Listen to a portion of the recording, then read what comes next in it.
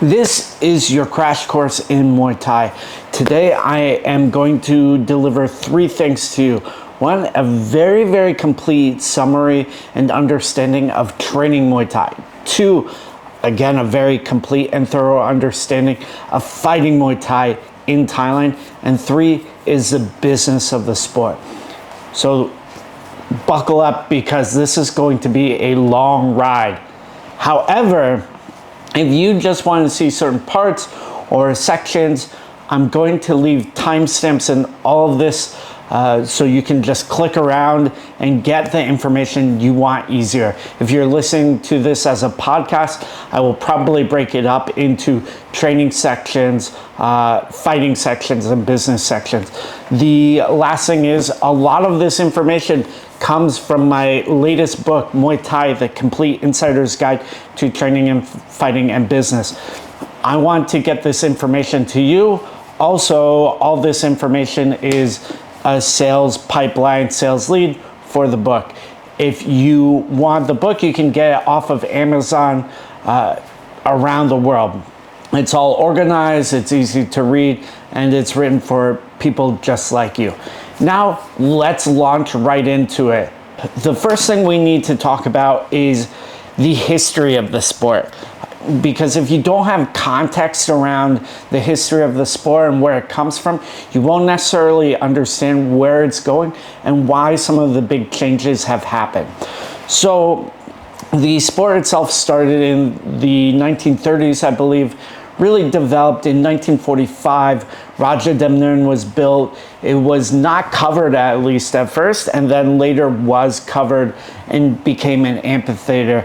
The sport really picked up steam in the 1990s, which is considered the golden era of Muay Thai. Why was it the golden era? Well, a lot of people from the countryside were moving into the city, into Bangkok.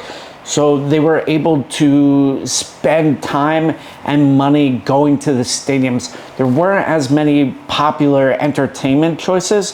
TV only had a few channels, so live events were a big deal. Plus, because of the economics of the time, a lot of the people from the countryside, particularly rural workers, were coming into Bangkok for labor and construction jobs. They were able to spend some of their discretionary income watching the sport that came from the area, that came from that rural Isan area, the rural areas of Thailand. So the superstars were from the rural area and the fans were from the rural area. So they all congregated in the stadiums, having a good time. It's some of the classic 5-round fights. It was fans and gamblers all watching. Lots of action from the get-go to the final bell.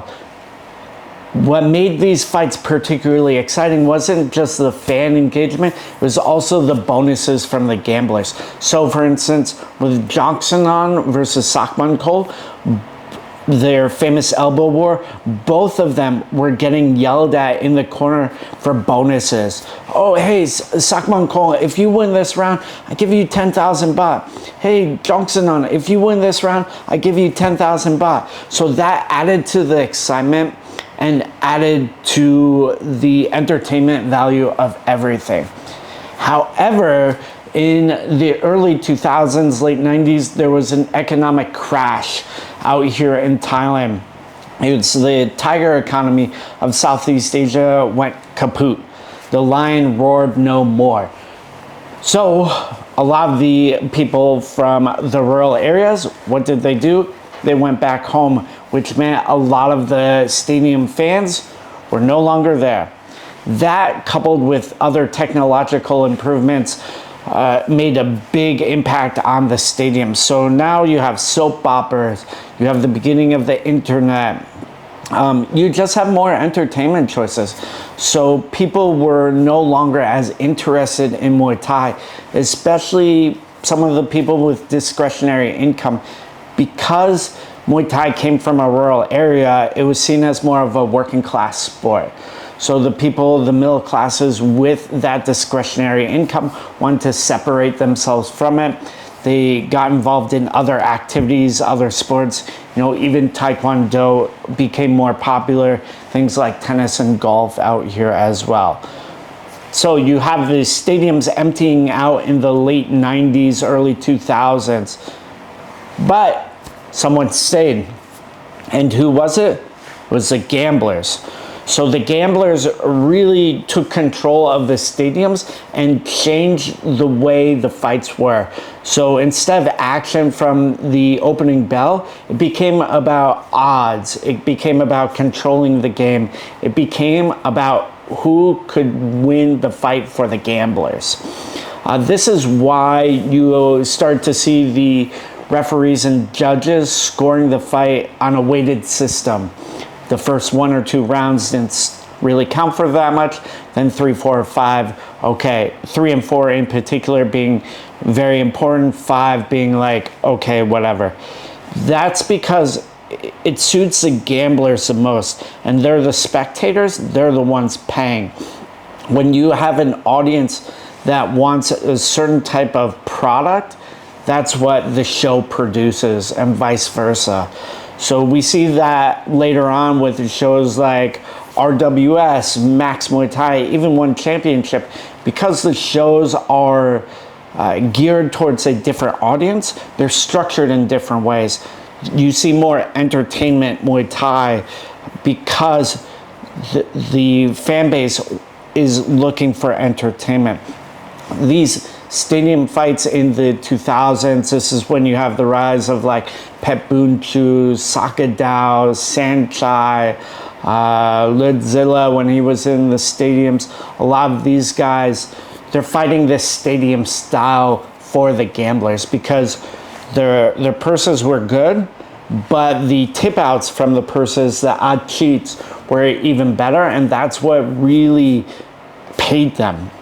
It wasn't just, you know, the punters, so it wasn't just the punters going to the stadiums, so it wasn't their performance in the ring, win or lose, that made them money. So so we have this gambling area, and then we have the start of what I would say is the entertainment area. I would say one of the big points of this era was when entertainment became a real thing, which is the Contender Asia show with John Wayne Parr, with Yatsen Kwai, Soren Mongkong, and others. It was a reality TV show, and it really put Muay Thai on the map. At the same time, we had Bukau fighting in K1. While it was kickboxing, he brought a lot of attention to Muay Thai and Thailand. So that was sort of the first era of, you know, people getting a taste of Muay Thai that wasn't necessarily in the stadiums. It was in a new format. This sort of rise was coupled with the rise of internet forums. So in terms of the internet development of Muay Thai, there was first there were the magazines like Kickboxer in Australia. That came around the same time as Sherdog, the forums. Liam Harrison, Rob Cox, they were on these forums all the time. That's the main way that fans communicated with each other about what was going on in the sport. Then blogs started to develop, blogs like My Muay Thai, Muay Thai Pros, others. And the gyms themselves started to have websites, like Sapsi Prapa had a website, Fairtex had a website, and a few others. So foreigners started to be able to go and access the gyms and Thailand a lot easier. This is, you know, around 2003 to 2007. And this is when I started really coming out to Thailand and into the sport. What really was a big point, what was a really big shift in sort of the entertainment world was two things. Was the beginning of Thai Fight. So Thai Fight is a monthly show out here in Thailand that picked up a lot of steam. It's partially funded by the government, and their goal is to get more Thais to watch Muay Thai. It's a cultural experience. It's a bit of a nationalism event. So the government funds it, and then they have a lot of traditional aspects to the show, including kachuak, the fighters always bowing and whining to the king's portrait or the queen's portrait, and the dominant fighters, Thais. So that started to get televised as well on a regular basis and picked up steam.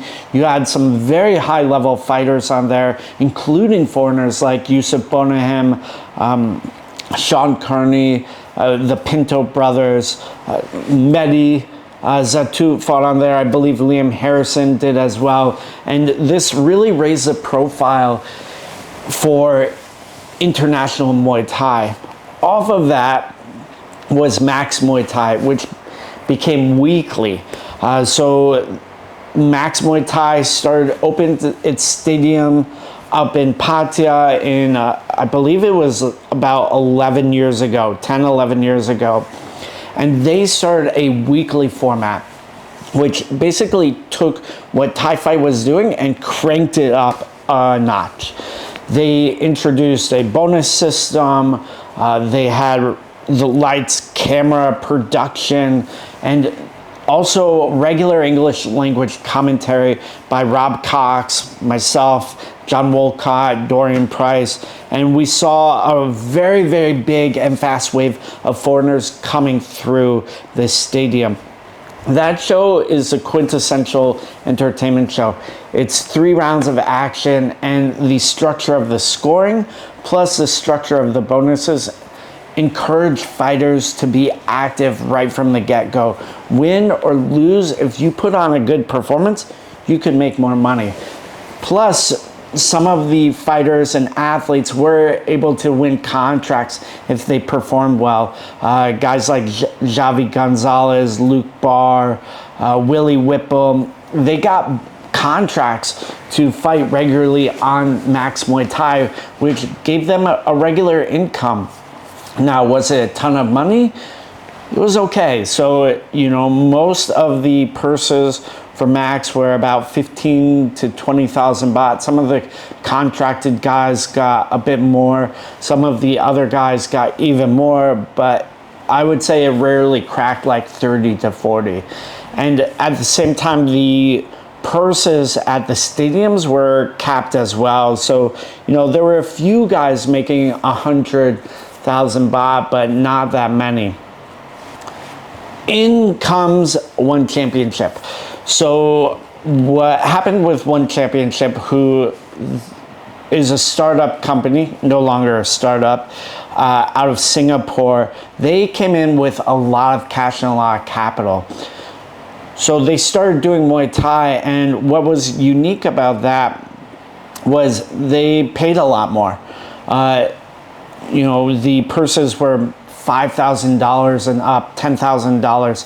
Plus they start to introduce the little gloves, the MMA gloves. And what happened initially was Chatri Sidiotong started talking to Timo Rouge from Muay Thais. So what you'll see a lot if you're involved in the sport deeply is a lot of the media and marketing people. So people like myself, Rob Cox, Timo Rouge, other people involved in the media side, especially the Thais like Nudino, Mr. Bong, Zia, Champ, and others. They all come from the media background. So a lot of the Thais that have gone on to become relevant commentators and other figures in the sport have news and media background. So for the Thais, they came out from Muay Siam, a now defunct daily newspaper. That's where Champ came from, and a bunch of photographers like Pop. Zia was there. She's a matchmaker. Champ, Nudino, and others. Whereas on the foreigner side, guys like Timo, who is now the head matchmaker for One Championship, was with Muay Thai's. Rob Cox, now a matchmaker at one championship, and one Lumpini is a former journalist. He worked for Cal Samurai and then his own gym, Keep on Tip. He was originally a writer for Kickboxer magazine for many years and did regular photos. So going back to one championship, Timo talks to Chatri, tells him, hey, let's do Muay Thai. Chatri says, good idea. They start doing Muay Thai. Athletes like Stamp Fairtex are becoming very popular. The budgets and everything are getting much bigger. Plus, the purses are getting bigger, and the attention and marketing is getting bigger. So that really pushed up the sport a lot. The venues were very big. One championship wasn't doing regular shows. They were having maybe monthly, bi-monthly traveling shows, packing out Impact Arena up by Don Muang. And it really created a buzz in the air for these fights. The buzz was killed, though, by COVID-19, which, as you know, if you are watching this, you probably experienced. Out here in Thailand, basically shut down the Muay Thai industry for about 3 years, or severely killed it. So stadiums like Max Muay Thai shut down. A lot of the shows in Phuket shut down. Shows in Bangkok like MX were killed. MX, Muay Hardcore were killed. LWC and Super Champ were put on a very serious pause. So the world really shut down, and a lot of the smaller gyms out in Isan were killed off because they didn't have the funding from the regular fights. But COVID ended and things changed once again. So there was a renewed demand for Muay Thai, especially from tourists. That first year after COVID, a lot of people swung into Thailand and were excited. The sport slowly started getting back together. A lot of the early shows happened in Phuket, where Channel 8 with LWC and Muay Hardcore were kicking off at Patong Stadium. So a lot of fighters were congregating around there. Then things slowly started to open. What was one of the big things that opened was Fairtex Fight. You know, I obviously have a personal history with Fairtex Fight. I started working at Fairtex, and post-COVID, I became the main English language commentator there. What happened with that was Lumpini Stadium, post-COVID, and even before COVID, was really on hard streets. Not a lot of people were going to shows. The people that were just gambling. The army, which controls Lumpini Stadium, wanted the gamblers out, but they needed a new show in. So they said, who can we get? Who can we hire? We'll talk to Prem Busar Bava Wong's. Why? Because his father, Mr. Wong, Philip Busara Bava Wong's, was a former promoter at Lumpini way back in the day. So they said, Prem, will you help out? He eventually said yes and started doing a weekly show at Lumpini. This weekly show at first had MMA, kickboxing, and Muay Thai, plus Muay Thai in small gloves. It was exciting, it was interesting, but more importantly, it opened the doors for one Lumpini. Chatri needed a new program. He needed more activity with one championship. So Prem put Chatri in contact with Lumpini Stadium. Chatri came in, started hosting the weekly show at Lumpini, which has been a massive boon to the sport as well. While Lumpini was developing, Raja Demnan was getting a new coat of paint, plus a lot more, when RWS came in. So what happened with Raja Demnar is they, of course, are on hard street as well because of COVID, because there's just the gamblers. So the family owned and operated stadium was like, what are we gonna do? What are we gonna do? In comes Plan B. So Plan B is a media marketing company in Thailand. They own a lot of the signs, the billboard ads in Thailand. So you go around Bangkok at all, if you look at any of the signs in the corner, Plan B. They also own bus ads. They own some property in Buriram with the football stadium over there. So they were interested in getting into Muay Thai. So they bought a majority share of the stadium and they started hosting shows. The first shows were actually out in Buriram because of COVID. They had to do them outdoor and there were some fantastic fights. I got to see a bunch of them live. I remember seeing Sangmani out there, Chorfa, Tor Sengtianoi, Ferrari, Tapigao, some very, very high level, great stadium style fights. Then they moved into Rajadamnern where they redid the whole stadium. They put in a row of lights. They redid the back room, the front room. They also started tiering the stadium. So it was not just, I think in the first bit, there was basically two types of seating, the ringside and then up in the stands. Now there's like 3 or 4 with different price points. And they heavily marketed towards tourists. So they were able to get them as well. Tourists started coming to Rajadamnern because Plan B did such an amazing job at marketing that you see the billboards everywhere. They swamped Khao San with ads and advertisements. Now the stadium is packed almost every night of the week with RWS on Saturday nights selling out very, very regularly. The team behind that is the CEO. His name is Bank.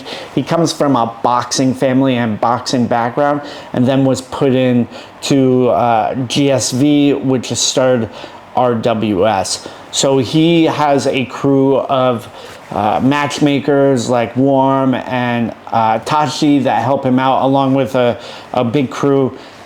Another person that was key in sort of the transformation of the stadium is Beer. Beer is the MC for RWS. He was also the MC for Max Muay Thai. Why is this important? Well, at Max Muay Thai, he wasn't just an MC. He was also helping shape the graphic direction of Max Muay Thai and the feel, what was going on. He was basically the production manager of the show. Then when he moved over to RWS, he was able to bring a lot of the infrastructural lessons from Max Muay Thai to Rajadamnern. So what is going on now?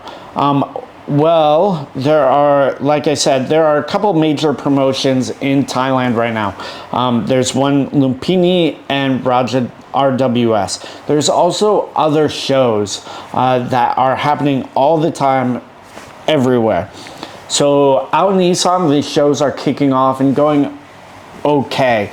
There is a big initiative by the Thai government right now, soft power and grassroots Muay Thai. They're trying to revitalize the Isan and rural areas, the Muay Puton or Muay Ban Nok, the countryside fights, which is where a lot of the fighters get their early experience, then move on to RWS, One Championship, or the televised shows. Along with that, you have the lower level stadiums now, like Max Muay Thai, because they lost their TV contract during COVID. They've started to have to rebuild themselves and have relied heavily on Chinese tourism to fill the seats. So they've had lower level shows, but Max Muay Thai has recently gotten a new TV contract and are pushing heavily on their YouTube and social media to build themselves back up. We'll see what happens with them. There's other small stadiums like JF that catered towards tourism. And down in Phuket, there's a handful of stadiums that, like Simbi's new stadium, Patong, Bangla. These stadiums are becoming tourist attractions, and they're becoming content studios. So they're very, very active on YouTube, getting that international attention to their shows, which is a great money maker for them. You also have in Bangkok, you have the major families.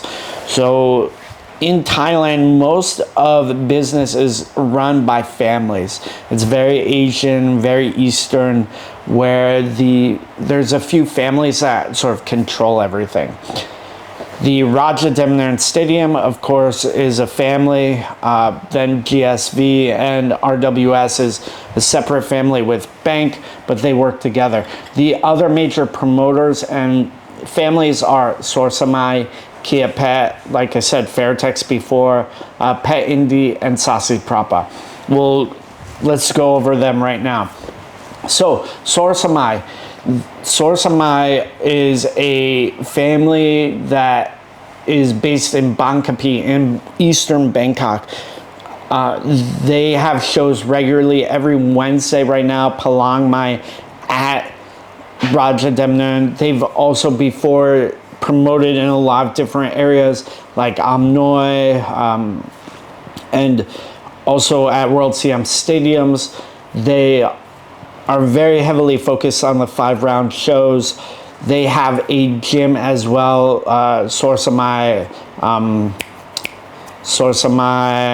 Seksan and Orkwan Muang Gym, which is over in Bangkok. Fighters like Seksan Orkwan Muang, his younger brother Kunpan Noi, and others come out there. They held onto the Rajadamnern belts for a long time and were able to build up a lot of champions like Yusuf Bonaham, Seksan, and many others. There's also the very, very long-running family Kiat Pet, the pride of diamonds. So the father June and his son Deer are the heads of that family.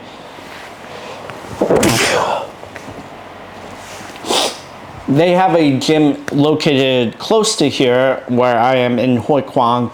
Also, they are the long-running promoters of Channel 7 Stadium, which is the most popular, longest-running TV show for Muay Thai in Thailand.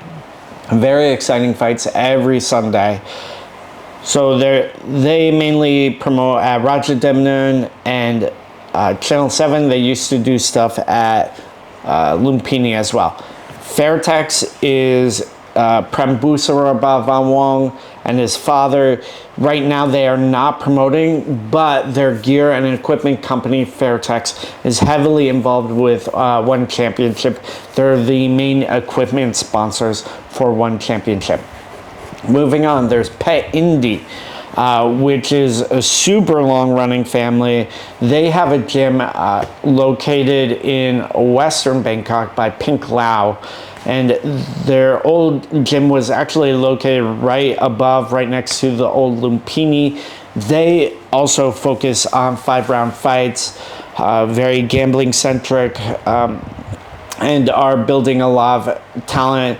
They had Pet Dam, Prao Pa, who are some of the, Pet Morika, of course, many other stars of the sport. Right now, they have a show every Thursday at Rajadamnern True For You, which is on the True For You channel. They've also developed an app that you can watch Muay Thai on weekly. So they are pushing themselves as well. The family is Sianao, which is the father, then Boat, who is a son. He's in his mid-30s as well, and a very, very outspoken and passionate figure in the sport. The last family that we'll sort of touch on is Sasi Prapa, and they have done a lot to open the sport internationally. So there's Takun and his son Arm. They've done a lot for the sport. They've done a lot with Top King World Series, which has traveled around the world, including China. They were the promoters behind MX, which was a televised show in like semi-small gloves in about 8 or 9 years ago, right before COVID. That was very popular on a TV channel called Grammy. They had a lot of very strong fighters come out of that show and are now promoting on Mondays and Tuesday nights, or Monday, Tuesday, Friday nights, about 2 days a week at Raja Demna. They are heading up Raja TKO and developing the fighters from there to go on to RWS.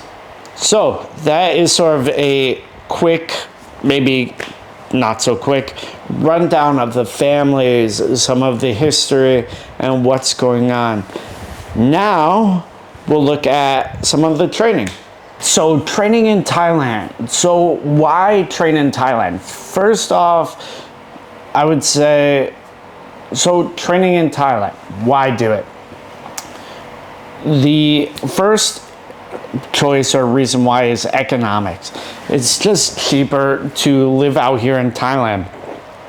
You know, the country itself has a very, very good quality of life, but the expenses are not going to be as much as in the West. For example, this condo right here is $500 a month. In America, where I am from, if I stayed in a comparable condo or apartment in a major city, it would be $2,000 or $3,000 a month. Food, also cheaper. Training is about the same price, actually. So if you are able to cut down your costs significantly, you can train more. Plus, you'll have access to more training partners, more promotions, and potentially better training. So first off, let's go over a little bit of the nuts and bolts of cost of living out here in Thailand. So like I said, there's about 4 major costs for living out here. Let's say 5. So one is housing. So for housing out here in Thailand, you can go very, very cheap at 5,000 baht a month, which is maybe $200 per month, upwards to, you know, I mean, the sky's the limit if you're in Bangkok, but realistically, you will probably be spending between about 10,000 to 20,000 baht, depending on your location and how fancy you want to live. So this apartment here is about $500 per month, 15,000 baht. Some places that are comparable in Isan, for example, are going to be much cheaper. Places in Phuket are going to be comparable or potentially more expensive. I would say most fighters and people training out here, short and long term, should budget between $300 to $500 for a month of rent out here. The second thing is food. So just like rent, you can eat your heart out here, so you can spend a lot of money, or you can go very, very cheap. You know, there's 7-Eleven everywhere, and it's inexpensive to get rice and chicken and boiled eggs all the time. So you can be spending nowadays it's about 60 baht for a plate of Thai food at a local restaurant. You know, you can also get nice food at Western style restaurants for 300 to 600 baht. If you are fighting, generally you'll probably be going to the local restaurants and spending between $300 to $500 a month on food. The next one is transportation. If you are in a rural area, so if you're in Isan or potentially in Phuket, Chiang Mai, basically anywhere besides Bangkok, you'll probably be getting a motorbike. Wear your helmet. So that is number one. Wear your helmet, wear your helmet, wear your helmet. The rent for most motorbikes is about maybe $100 to $200 a month. The gasoline is pretty negligible. You'll spend maybe $1 to 30 to, about $3 to, $15 a month on gasoline. So they're very, very low cost and easy to use, but they can be dangerous if you don't wear your helmet and if you're driving drunk or under the influence. So house, food, transportation, and then there's the gym. So the gym costs out here are basically the same everywhere. Some lower cost areas are going to be about 9,000 baht a month. Higher end are 15 to maybe 18. So I think like a gym like PK Sanchai is on the higher end. I believe it's 18 to maybe 20. I think Pet Indy might be the same. Gyms like Fairtex, Sitsong Pinong, FA Group, they all are about the middle, which is about 15, 16, 17,000 baht a month, which is about $500 a month. But you get to train twice a day. You're training very regularly around high profile athletes. One of the great things about Thailand is you can go to a gym like say Fairtex and be training right next to Ferrari all the time. You can go to Sitsong Pinong and train right next to Tananchai, and you'll be doing the same program as him, and you'll be getting to see how high profile athletes like Tananchai are working out. If you go to Singmawin, you'll see Pet Morcott and Shadow. If you go to Pet Indy, you'll see Pet Dam and others.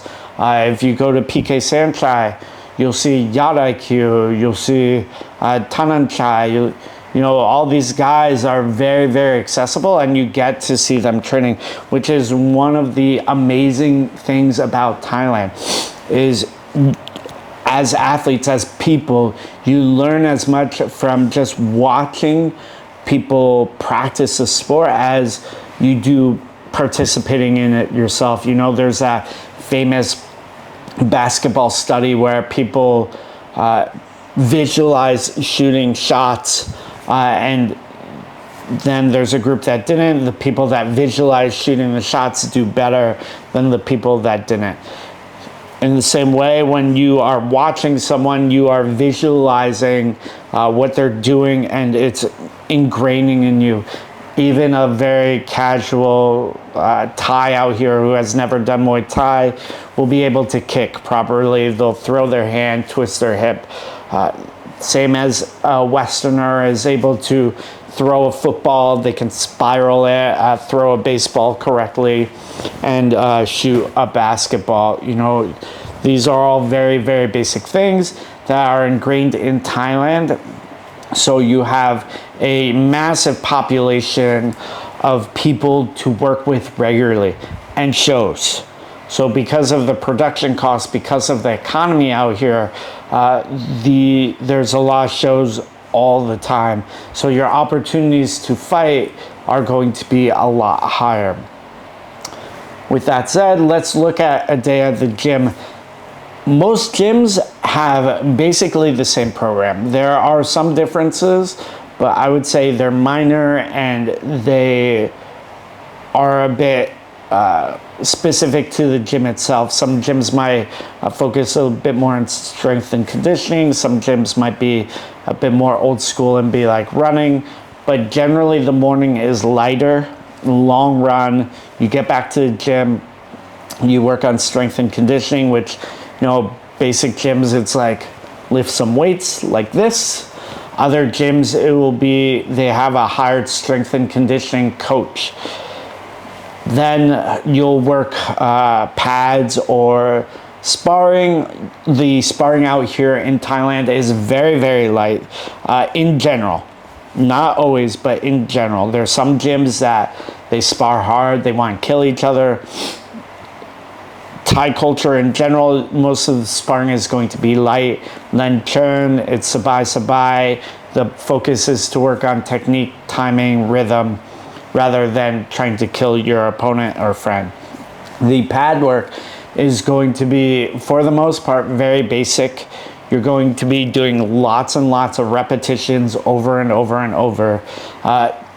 Some gyms will focus on technique. Other gyms will just have you do the reps. Either way, you will get better just from the sheer volume of repetition and action that you take while here in Thailand. So if you kick once, but perfect in America, versus you kick 100 times, but each time you're getting a little better, at the end of your session, the one kick versus the 100 kicks, you're going to get better as the 100 kicker. It's science and it's also experience. This is what happens with people. So training in the morning, done. You kick pads, you sparred a little, you ran a lot. Then you chill. You eat, you nap usually, rest and recovery are very, very important out here. Then you come back around 3 o'clock for your afternoon session. This session is a little bit more packed in and a bit more intense. Maybe a short run, stretching, getting going, more pad work again. Then you'll focus more on sparring, clinching, and potentially box sparring. Most gyms out in Thailand box spar maybe 2 or 3 days a week. Box sparring and boxing become more and more important as Westerners are influencing the sport. And also there's these small gloves. A lot of Thai athletes have also transitioned back and forth between Western boxing and Muay Thai. Of course, there's famous fighters like Samrak Kamsing, who was in the Olympics. Samar Payakaroon also boxed. Modern fighters like Petjija or Mikun. I believe she was on the national Thai boxing team, switching back and forth. It helps a lot. So usually a couple days of box sparring, and that tends to be a little harder. Usually done around 6 o'clock. Then rest, recover, errands, and repeat, and repeat, and repeat, and repeat, and repeat, and repeat, and repeat. So it's 6 days a week. Usually you're working out between 30 to 40 hours a week. And the rest of the time you're recovering, you're doing some errands. You don't have a very exciting life besides scrolling on TikTok, watching YouTube, watching fights. So, how should you pick a gym? Where should you be going to spend all this amazing time? I would say there are 4 criteria in picking a gym: price, location, vibe, and goals. So the price thing, number 1, is basically mute. A lot of people shop for gyms on price, and it's ridiculous. It's probably the worst way to pick a gym. Why? Because most gyms are priced the same, or when you add everything up, the price is about the same. And you also have to factor in opportunity costs. So for instance, if you go up and train in Chiang Mai, yes, things will be cheaper. Yes, housing, food, transport, they will all be cheaper. Training will be cheaper. But in order to go beyond the Chiang Mai level, you will need to fly into Bangkok, you will need to travel, and that expense cuts out all the cheapness. Same thing with Isan, which is going to be cheaper. In Phuket, you are basically landlocked down there. So once you hit the ceiling of the Phuket scene, you need to start going to Bangkok. So the lower Phuket prices are no longer applicable to you. So don't choose your gym on price. Just don't. It doesn't make sense. However, you should choose your gym on location. So there are 5 major locations for Muay Thai in Thailand. There is Chiang Mai, the north. There's Isan, the east. There's Bangkok, we'll say. Then there's Pattaya and the islands, Phuket. So all these places have pros and cons. What works for you now might not work for you later. And you know, what you like might not be what I like. There's also your goals and aspirations as well. So in Chiang Mai, the level tends to be a bit lower. There's a few stadiums there. The purses are not that high. There's some solid gyms up there: Manops, Manasaks, Boon Lana, Hong Tong. But the level is pretty sabai. Great for beginners, great to get going, and there are high-level fighters up there. Manasak, Lisa Brillies, Sarah Goya, her husband. There's Pet Focus is from up there. There's good fighters up there. But in general, the level is not high. In Isan, you're looking at the really grassroots of Muay Thai. There are not a lot of gyms that are going to be open to foreigners. However, there are a few in Ubon Ratchathani, like Lama Moons, which is a great gym. The great thing about Isan is there are a lot of fights out there all the time. So you get to build your bones, Sangraduk, out in Isan, especially with coaches like Lama Moon, who have built fighters like Sean Kearney, Jordan Koh, the Stati brothers.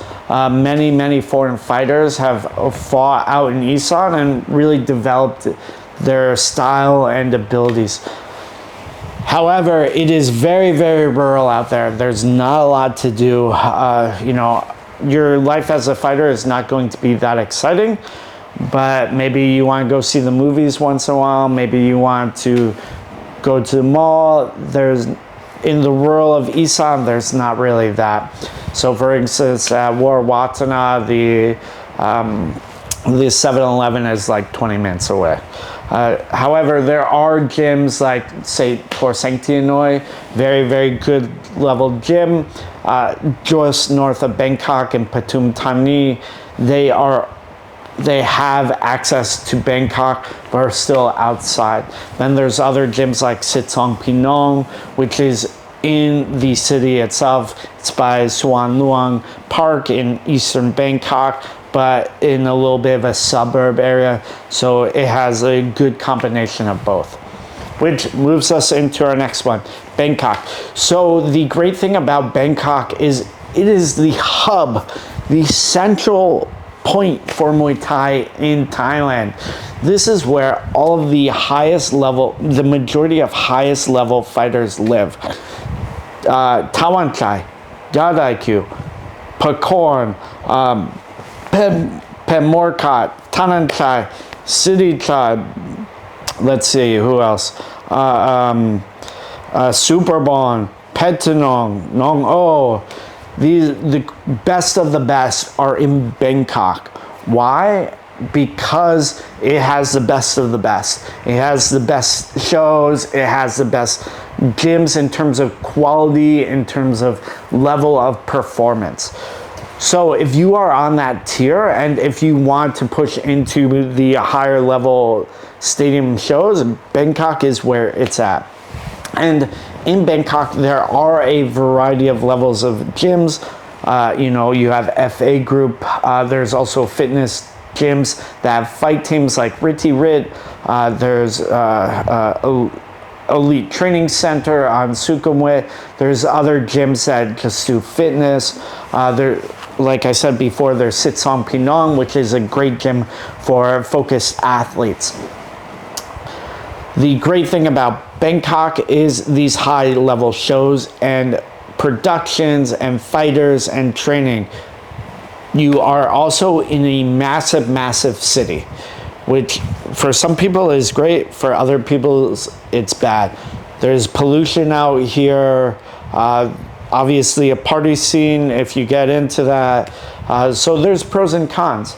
Now let's move down to Pattaya. Pattaya is an emerging Muay Thai mecca.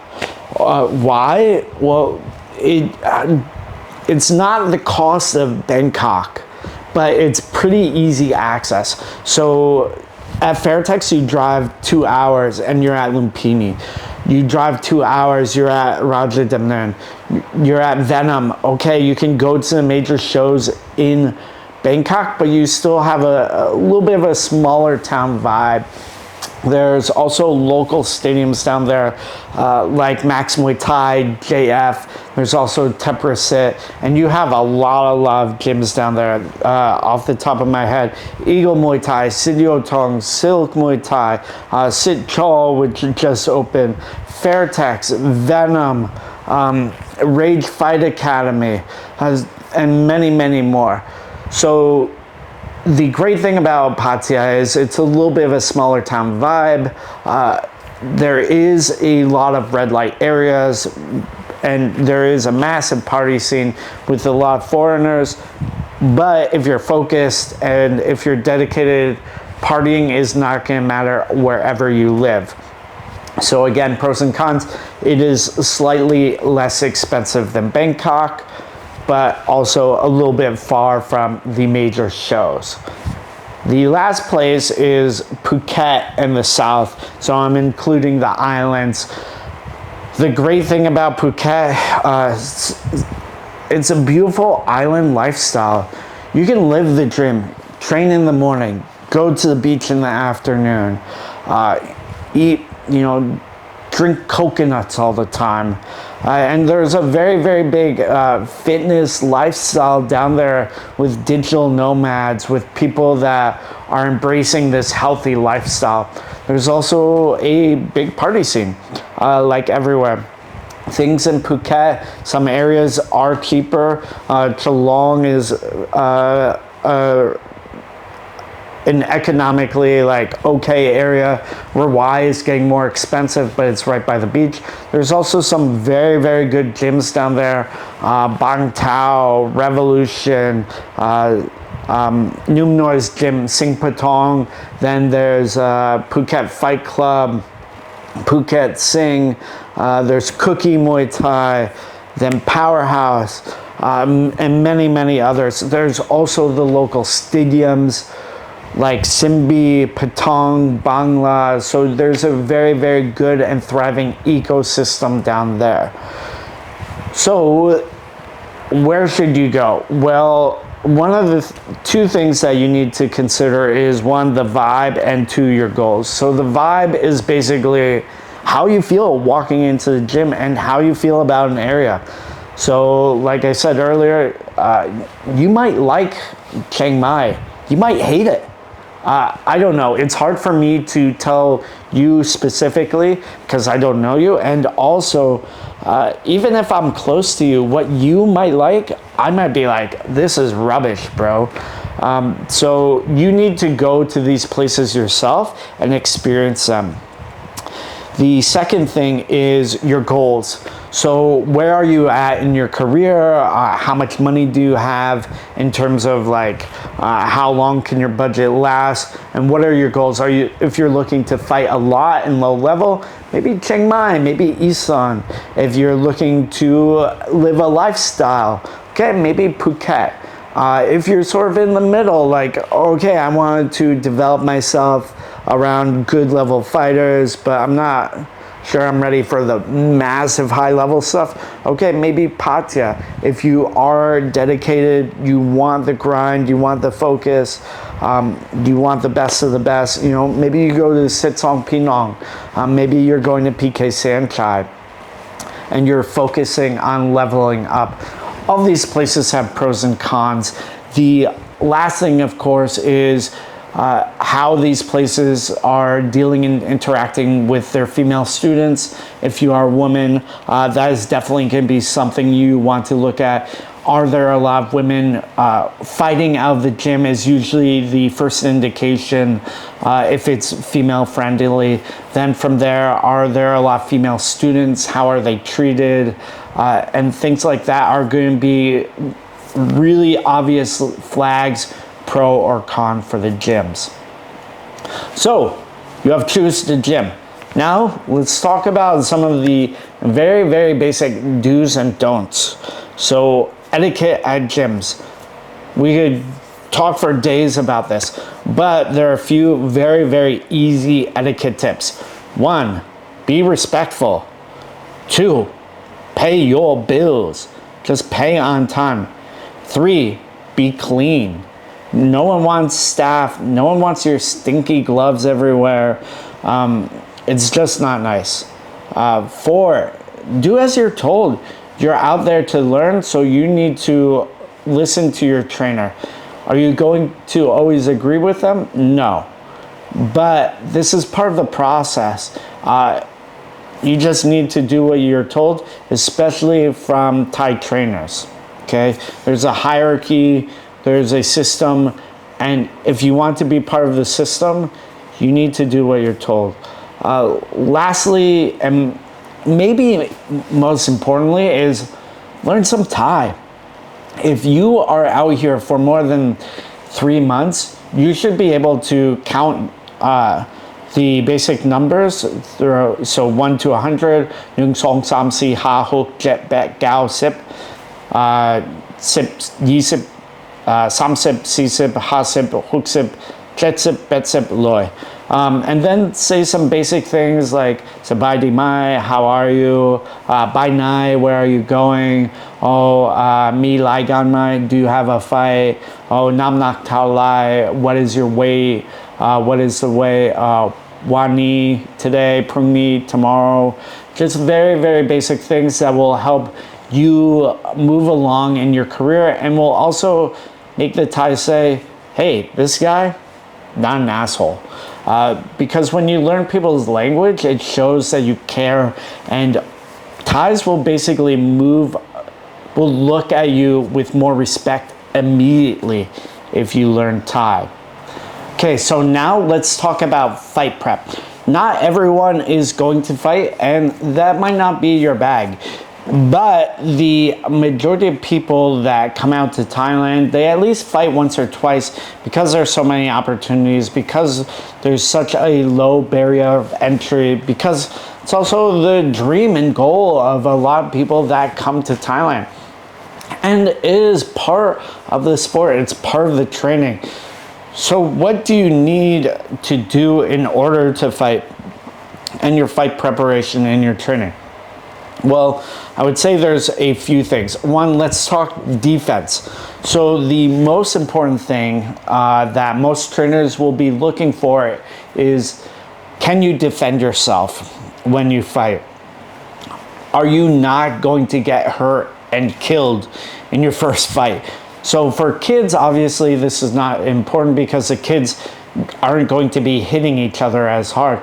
But if you're a grown-up, if you're a grown man or woman, you can hurt each other. So the trainers are going to be looking at, can you block? Can you move around the ring? Do you have proper footwork?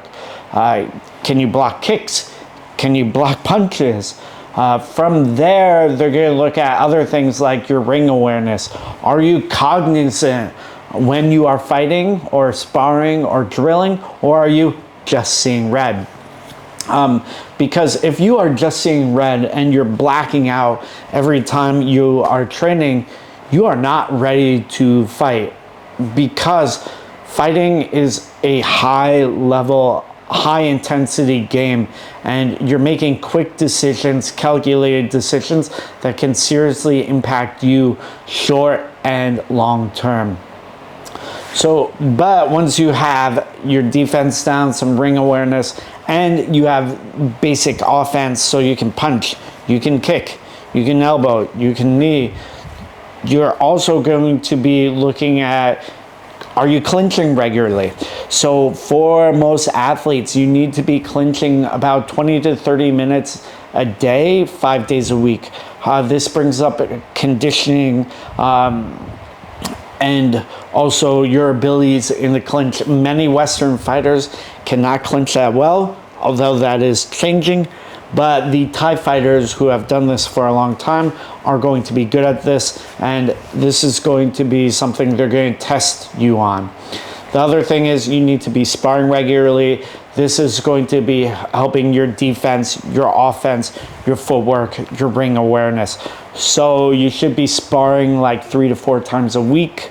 Again, not that hard, but you just need that body-to-body reaction all the time. What I would say as well, which will help you in your Muay Thai training and fight preparation, is drilling. So what I have found is drills are very, very helpful in skill development and timing development. They're also overlooked here in Thailand. However, many Western sports and other sports outside of combat sports do drilling all the time.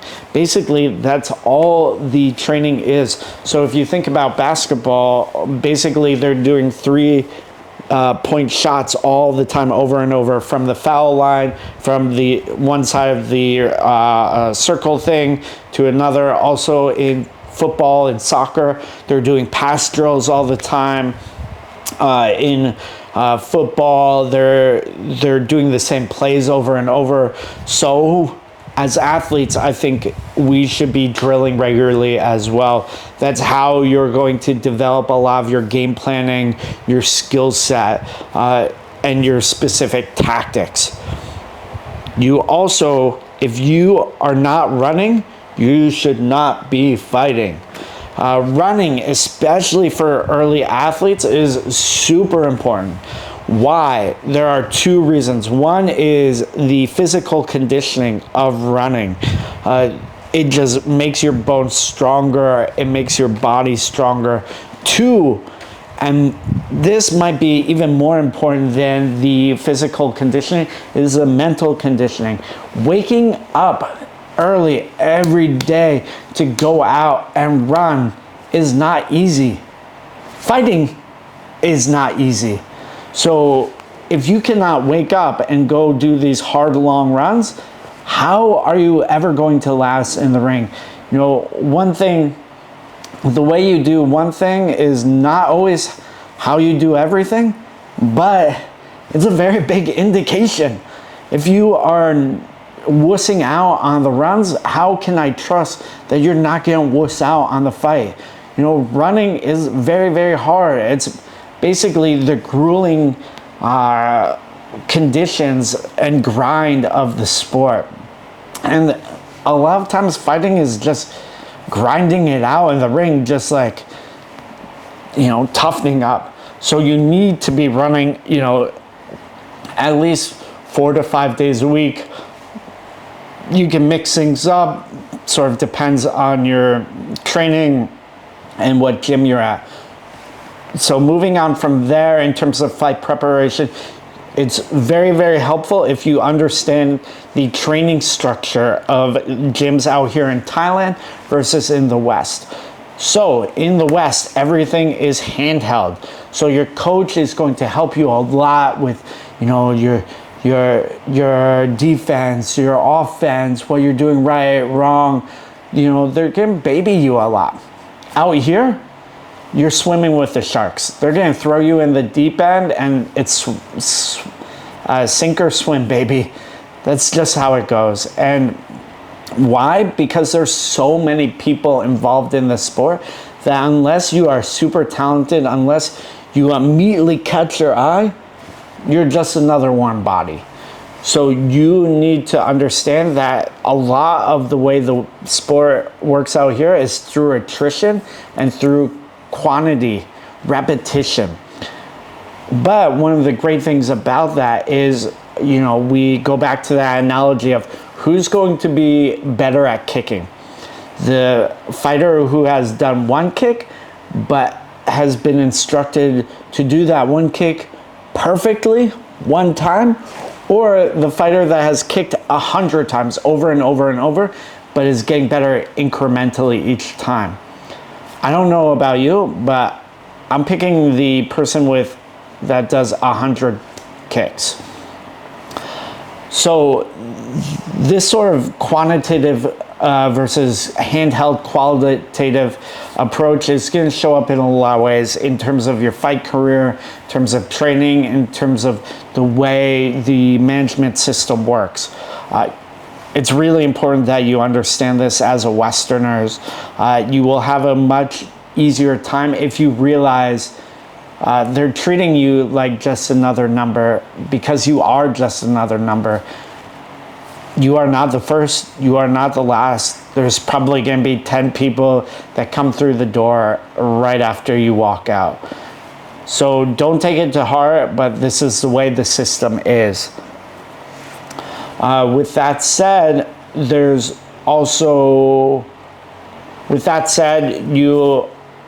a big part of that experience and quantity leading to quality also shows up in game planning.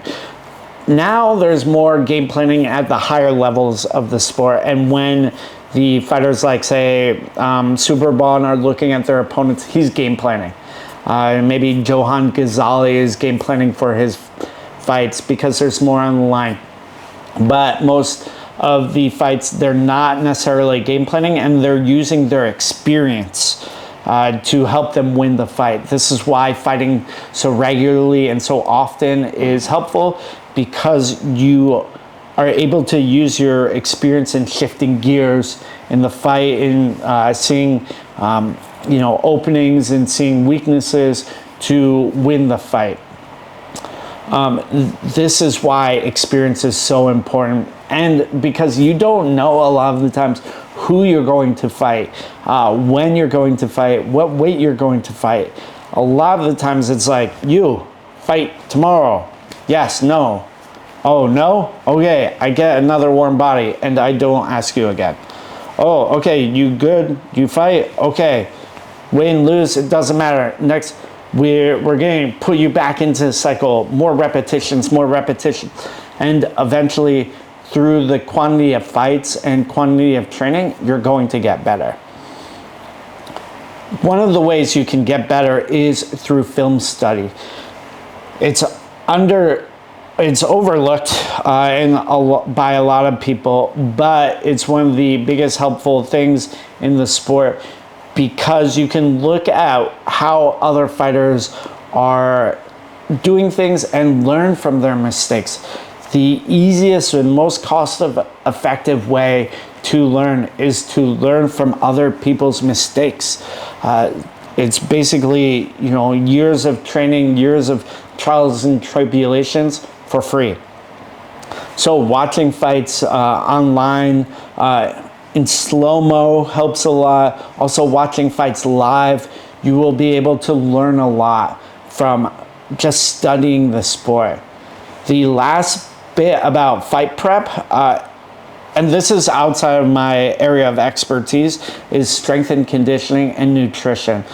One of the things I've done in the past is I've outsourced a lot of my, in the recent few years, is a lot of my strength and conditioning to people like Douglas Malagone, who is a much better asset for this sort of stuff. There's also nutritionists. This is not something that I know that much about, and I don't really do that much because in my day it wasn't really important. You just ran off everything.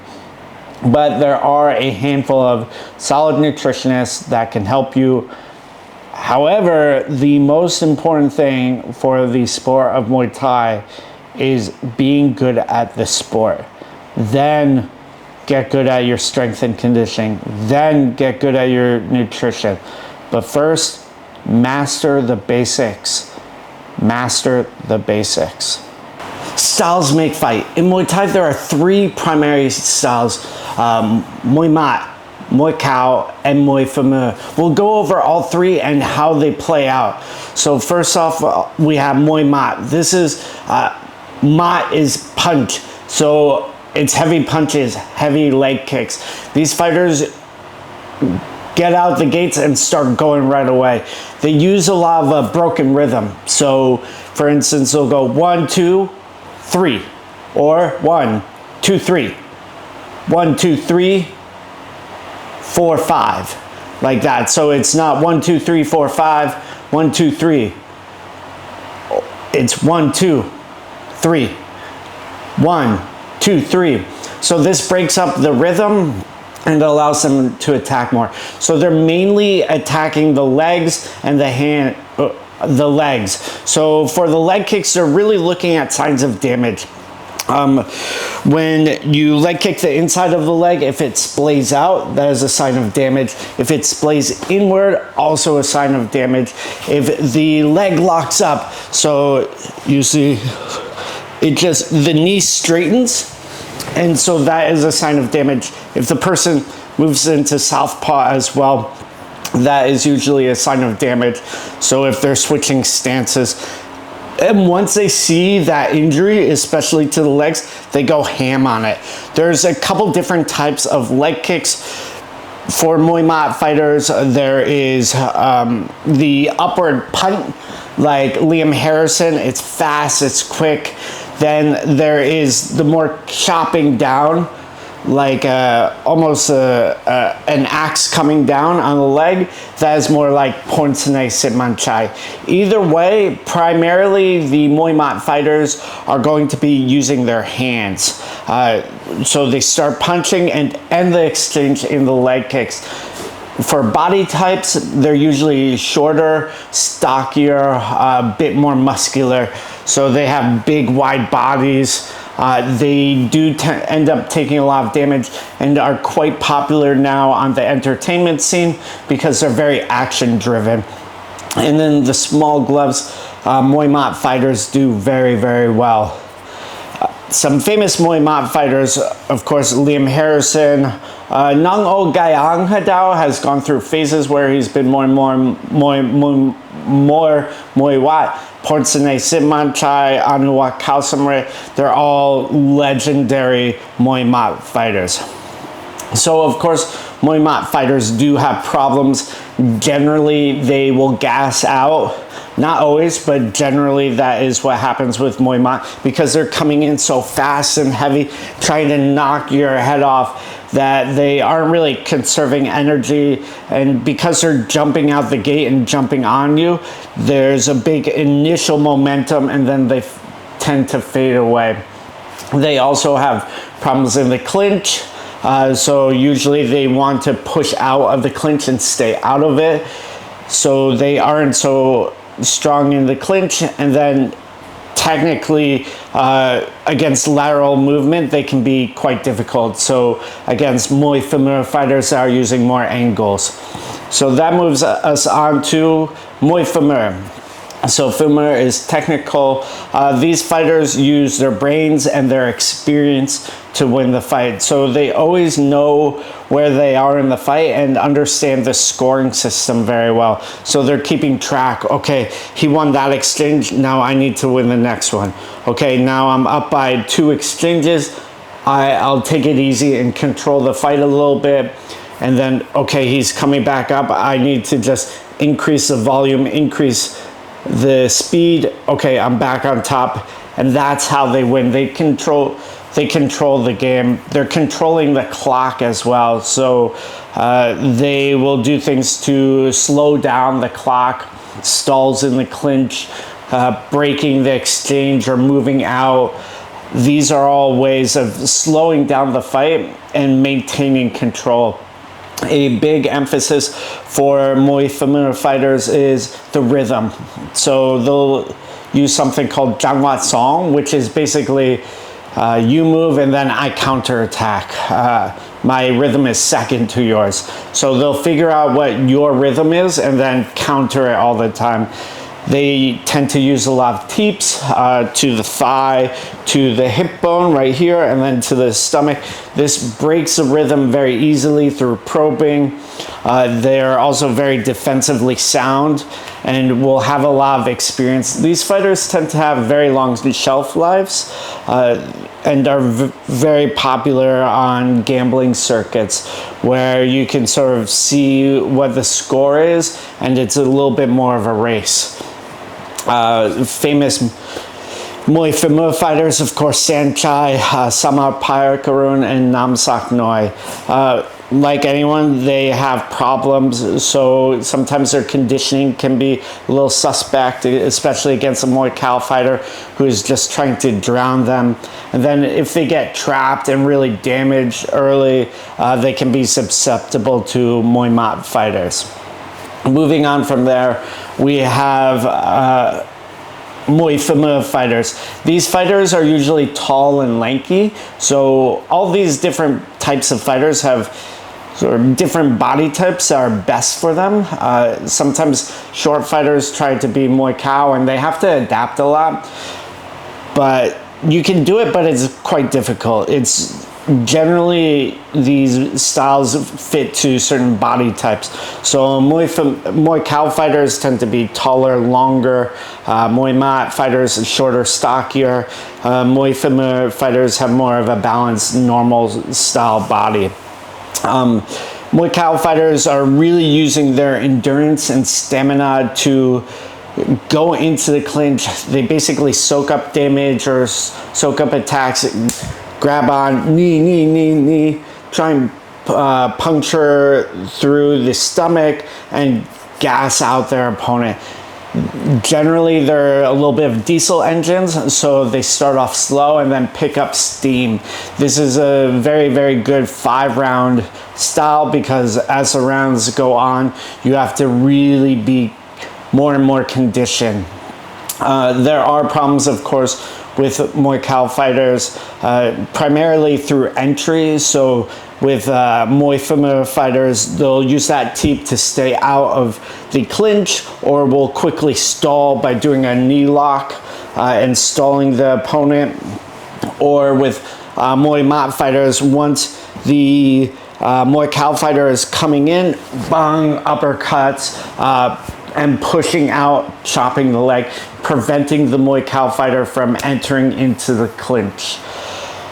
There are some remedies that we've seen. So Yotin FA group, he takes short little steps. This is a good way of basically rushing in while maintaining his balance. Smilla Sandel galloped in. She would literally gallop in. Some fighters like Yadwicha Po Bunse would lift the front leg as a block or shield to sort of hop in. So you're blocking a potential teep. Also, you're blocking potential kicks and able to drive right into the knee. Lamamun Sorsumali would use his jab, teep, and then once he hit you with the teep, step in, long grab, and knee. These fighters do tend to take a lot of damage and can get a little punchy if they're fighting for a long time. So you know, they're a little bit susceptible to knockouts. The style is considered a bit boring, and sometimes the referees out here in Thailand and currently will break up the clinch, which makes it very hard for Muay Thai fighters to win fights. They do best in longer stamina-based bouts, so 5-round fights. 3 rounds is a little bit harder unless they're getting going right from the start. So that can be difficult. The major fighters would be Yotin FA group, Pebunchu FA group, Lamamun Sorsumali, Diesel Noise Sor Tanakun, and others. And they're looking for a few dominant locks, mainly the lock around the head. So you have your hands clasped behind the head with your elbows into the pectorals and driving and controlling that way. So those are the 3 main styles. Like I said, there's strategies basically for and against each one. For if you're a familiar fighter, for fighting a Muay Thai fighter, you want to use your angles a lot, stalls in the clinch, kick, move, kick, move, kick, move. Against Muay Mat fighters, it's going to be similar, but probably use a bit more teeps, and then try and shut down the elbows, the punches with either elbows or body kicks. So you body kick, damage the arms, they can no longer punch. For Muay Thai fighters, against Muay Thai, they're going to want to trap them, just run after them, grab them, and grind them down. Similar to Muay Mat fighters, but they're going to need to use a bit of a higher guard, usually a long guard, and as the punch comes in, they're parrying or just grabbing on and kneeing through. For Muay Mat fighters, they really need to trap the Muay Thai fighters and get hammering on the legs right away, potentially opening up with big body punches. Against Muay Thai fighters, they need to stay away, press out of the clinch, and chop the legs. When matchmakers are matching fights, they're thinking about styles, how the fight will potentially play out, and what is the most exciting style. So sometimes you get two familiar fighters, two fighters that are counter fighters.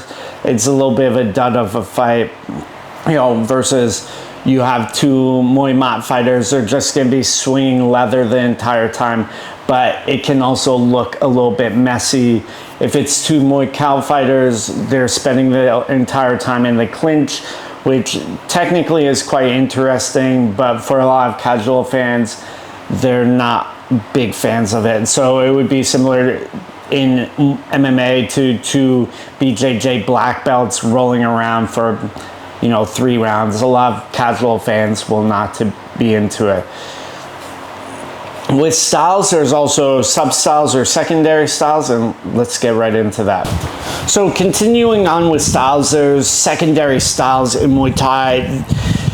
There's Muay Thai, Muay Buak, and Southpaws. These are not necessarily formalized styles like Muay Thai, Muay Mat, or Muay Cow, but they are things that a lot of fighters are, and it's sort of worth talking about. The first off, Muay Thai. So Thai means to kick. So this is a fighter that just kicks a lot. Usually what they're looking to do is kick the body and destroy the arms. By doing so, they can either break the arm or kick up and hit the neck. So this is something that Jongsunan Fairtex, the Wooden Man, Manut Mai would talk a lot about. He'd kick to the upper bicep, and then when it gets soft, when it gets wet because of the sweat, the kick comes up naturally onto the neck. So you don't necessarily need to be aiming to the neck, and you don't necessarily need to be that flexible. Of course, there's some very good kickers like Superbon, who specializes in the head kick. His head kick knockout against Giorgio Petrosian, absolutely legendary. And Superbon, very good at kicking. Another one that's very good at kicking, of course, Superlek, Kiat Muay Gao. Then there's Singdam, also Kiat Muay Gao Gym. Interestingly enough, there's a handful of fighters from Kiat Muay Gao Gym, including Pet Panom Rung, who is a multiple kickboxing champion. Very, very good at kickboxing. They all came from the same town in Buriram. I think it was their uncle or something that was a trainer, and they all developed into excellent kickers.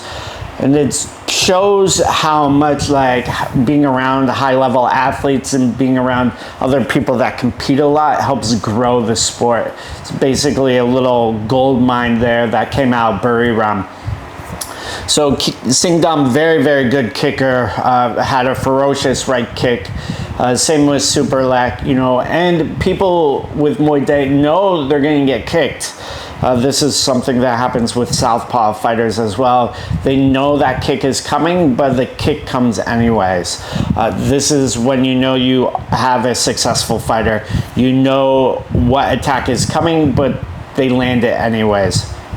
Of course, you can't talk about Muay Thai fighters without talking about Apiset Sitharun, who is one of the legends of the sport. He was a very, very early fighter that rose to fame. He trained and fought in the late 80s, early 90s, before the golden era, and actually went on to be a coach and trainer at Fairtex Training Center when it was at Bang Pli for a number of years. So he trained people like Michael Chase Corley in the USA, and a lot of people. Apiset had a very, very strong kicks, which he was well known for. Now let's move on. The secondary style, Muay Buak. So this is action fighters, just fighters that are always positive, are always letting out their weapons. Modern foreign example might be someone like Tyson Harrison. doesn't necessarily have a certain style or weapon that he's always using, but he's just very active all the time, you know, using the jab, his punches, uppercuts, everything. He's a tornado of activity. Same with Seksan or Kwan Muang, Kon Mayom Kon, or the man who yields to no one, who has done very, very well in the latter half of his career at One Championship because he is so entertaining. He moves forward all the time and just lets out his weapons. He also uses a lot of Memai Muay Thai techniques, or like Silapa Muay Thai, like old style Muay Thai techniques, like his flying knees, spinning elbows. He's just non-stop action, Muay Buak, just an action fighter. The last one, of course, would be Southpaws or Muay Thai. Southpaw fighters are, you know, you could basically write a book on them. You could basically write a book about Southpaws. It's almost an entirely different game when you are a Southpaw or you're fighting a Southpaw. There's a couple of big things to talk about. One is Southpaw draw, 2 is positioning, and 3 is like leaning back. So let's talk about the Southpaw draw. This is very similar to like Janhwa Song or the second rhythm. Basically, you're waiting for your opponent all the time to make a move, and then you counter kick them. So they step forward and you counter kick. Usually Southpaws have very good timing, especially with their left kick, because that's the primary weapon they use. Usually the right jab, the left cross, the left kick, left knee, right teep. So it's not very many weapons, but they're specialized in them, and they've really got the timing down. So you can see it, they'll like wait and bait the opponent to come in, then whack, wait, whack, wait, whack. Someone that did this a lot, of course, Yatsen Clyde Faratax, but he was also aggressive with his style. The second, of course, is positioning. So generally, but not always, you're jockeying for position, Southpaw versus Orthodox, about who can get outside. So if I am a Southpaw, I'm always trying to move out.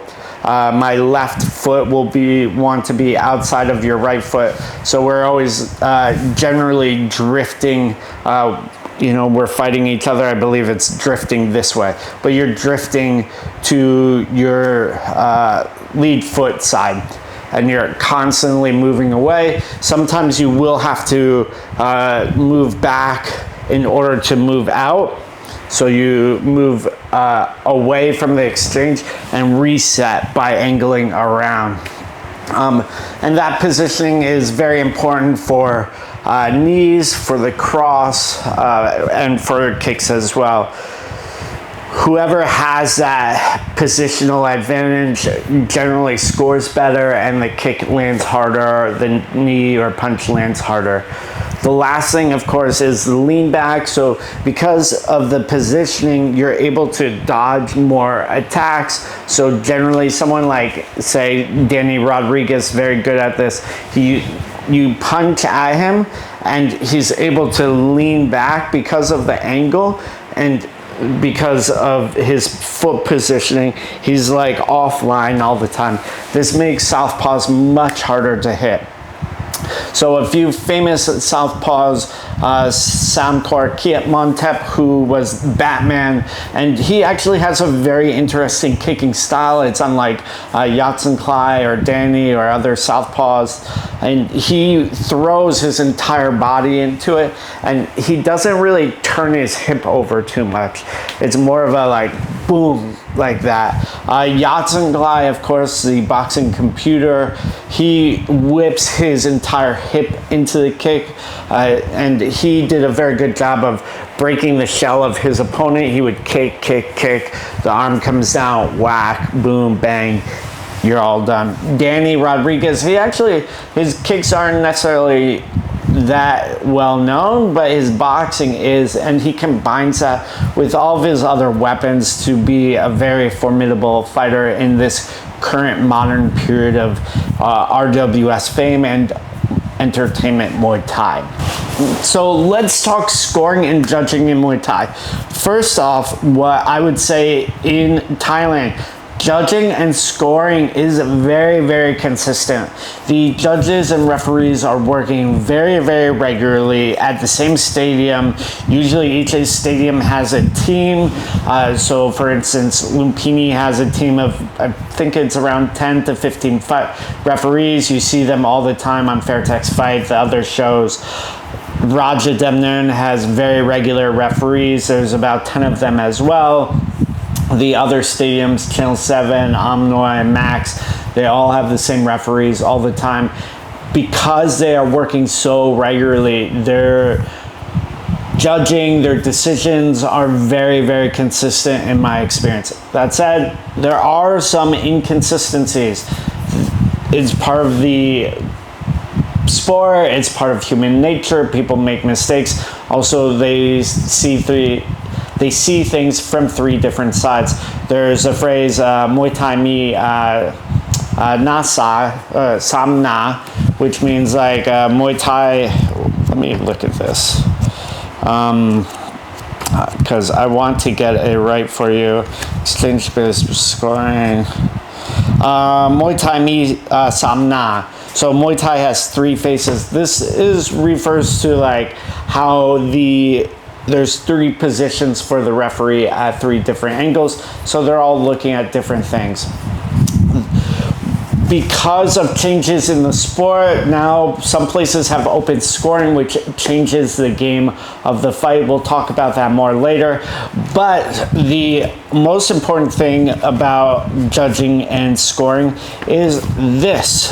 This is the Board of Boxing Sport Regulations book. So the SAT, the Sports Authority of Thailand, is the governing body for the sport of Muay Thai. That means all of the rules and regulations for the sport here in Thailand, from the motherland to the world, is here in this book. So they talk in this book about ring sizes, weight classes, second duties, the referee, what he can and cannot do, and other things. So, of course, Muay Thai is based on a 10-point must system.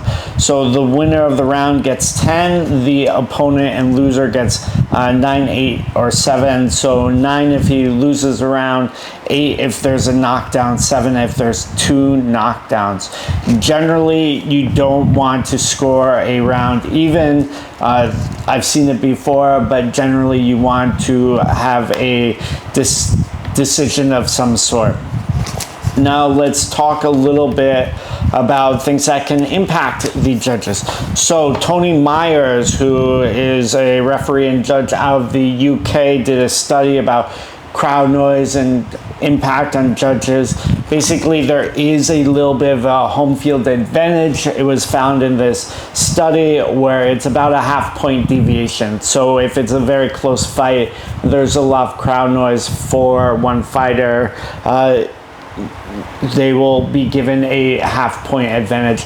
This is very, very similar to other sports, say in basketball, where the referees will favor the hometown players, or in football where you see the same things. Certain referees or judges are not calling fouls as much, or calling fouls more on the other teams. This is basically widespread in every sport. It's part of the human condition. So you just need to know that when you are fighting abroad and against the hometown, you might also be fighting against the judges. That said, like I mentioned earlier, judging and refereeing out here in Thailand is very, very consistent. For referees, they are given 3 basic commands. You, stop, yak, break, and chalk. Those are the 3 basic commands. So that's how they control the action. The referees in Thailand will be very verbal with the athletes, and will be constantly encouraging them to fight. So if they are in the clinch, they'll be like, knee, knee, knee, work, work, work. If they're out of the clinch, they'll be like, ok, ok, ok, okawu, okawu, let your weapons go. Their basic idea is they need to give the judges, their friends, the judges, something to score.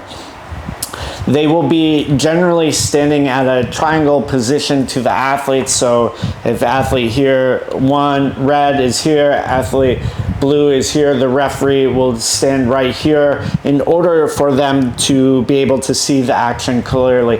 They need to be walking smoothly around the fighters at all times. This can be a little difficult when they are refereeing southpaw fighters because they will be left kicking or right kicking all the time for their opponent. So they need to stay generally on that open side. So if I am southpaw and my opponent is right in front of me, the referee needs to be on this side all the time and won't want to be on this right hand side. So referee placement is very important in how they are breaking as well. So in terms of breaking, they will generally put hands on both athletes to signal the break. They also give a verbal command along with physically touching them, because if you have ever fought before, it's a lot of intensity, a lot of adrenaline. You're not always cognizant of everything that's going on. So you need verbal cues and physical cues. I would say the physical cues being more important, which is a problem for Western boxers or Western referees. They're so far away from the action that they're just not doing a very good job controlling the fight. So they put both hands, they press, they break cleanly, usually using the back of the hand and pressing the fighters out, then chalk, fighting again. There is a lot of referee protocol. It's a high responsibility job. I've refereed a little bit before. The view of the fight is amazing, but the responsibility very, very high. So referees do a number of things. They're checking for signs of damage all the time. They're seeing if one fighter is outclassed. Also, they have to take fighters that have been cut over to doctors to assess damage. And then if one fighter is overmatched, and or if they're knocked out, so you'll see a lot of referees go for the dive. One of the reasons why that happens is because if the fighter falls onto the canvas, hits the back of their head, and hits it twice or hits it even once, it's like a double concussion. So like you punch me, bong, my brain goes bong, and then it slides forward, and then if I hit my head, it slides back, boom. So I basically got 2 concussions in a very short period of time, and concussions are cumulative damage. So when you get one, you need time to heal. When you get another one and another one and another one, it doesn't drop your brain damage by 10%. It goes like, okay, first concussion 10, then 20, then 40, then 60 in terms of amounts of damage. So you need to be very careful of fighters' bodies and protection. Moving on from there, obviously with any sort of judging, it's, different sides will see different things. So sometimes there's reviews. This definitely happens in tournaments, and you need to have the review done very quickly in order for it to be assessed and decided upon. For fighting, you need to know where you are in the fight at all times. So what I do a lot is a basic exchange-based scoring system. So, and this is also something that referees and judges will do in terms of scoring the fight. So they will say, oh, okay, this is one exchange. So I punch Pat 1-2 times. He hits me hard with a kick. Okay, who won the exchange? Well, if the attacks were all even, I won because I landed 2 attacks versus his 1. However, if my punches landed on the glove, but his kick moved me, showed clear signs of damage, then he won. So you need to understand the exchange, and then you sort of are like, okay, that exchange, he won. Okay, now I need to win one exchange to get even, plus I need to win another to get ahead. So you'll do a little bit of a race like that, or you can think about it in terms of a dial. Okay, now red is winning. Okay, now blue is winning, he's coming back. Okay, now blue is winning, definitely. Oh, it's swinging back towards red. So these are ways to mentally keep track of who is winning and losing. Let me read the actual rules from the SAT handbook about who is the winner and loser. Okay, scoring. Okay, so scoring procedure. So it's right here in the book. And these, so for RWS, the first 3 rules are the most important, and then the last 3 are not as important, or are given like a secondary decision. Okay, the fighter with more attacks on his opponent by Muay Thai weapons wins the round. The fighter with heavier, powerful, and clear attacks on the opponent wins the round. The fighter who can do more damage to his opponent with Muay Thai fighting weapons wins the round. So the first 3, more attacks, so volume, heavier, more powerful attacks, more damage. Okay, those are the first 3.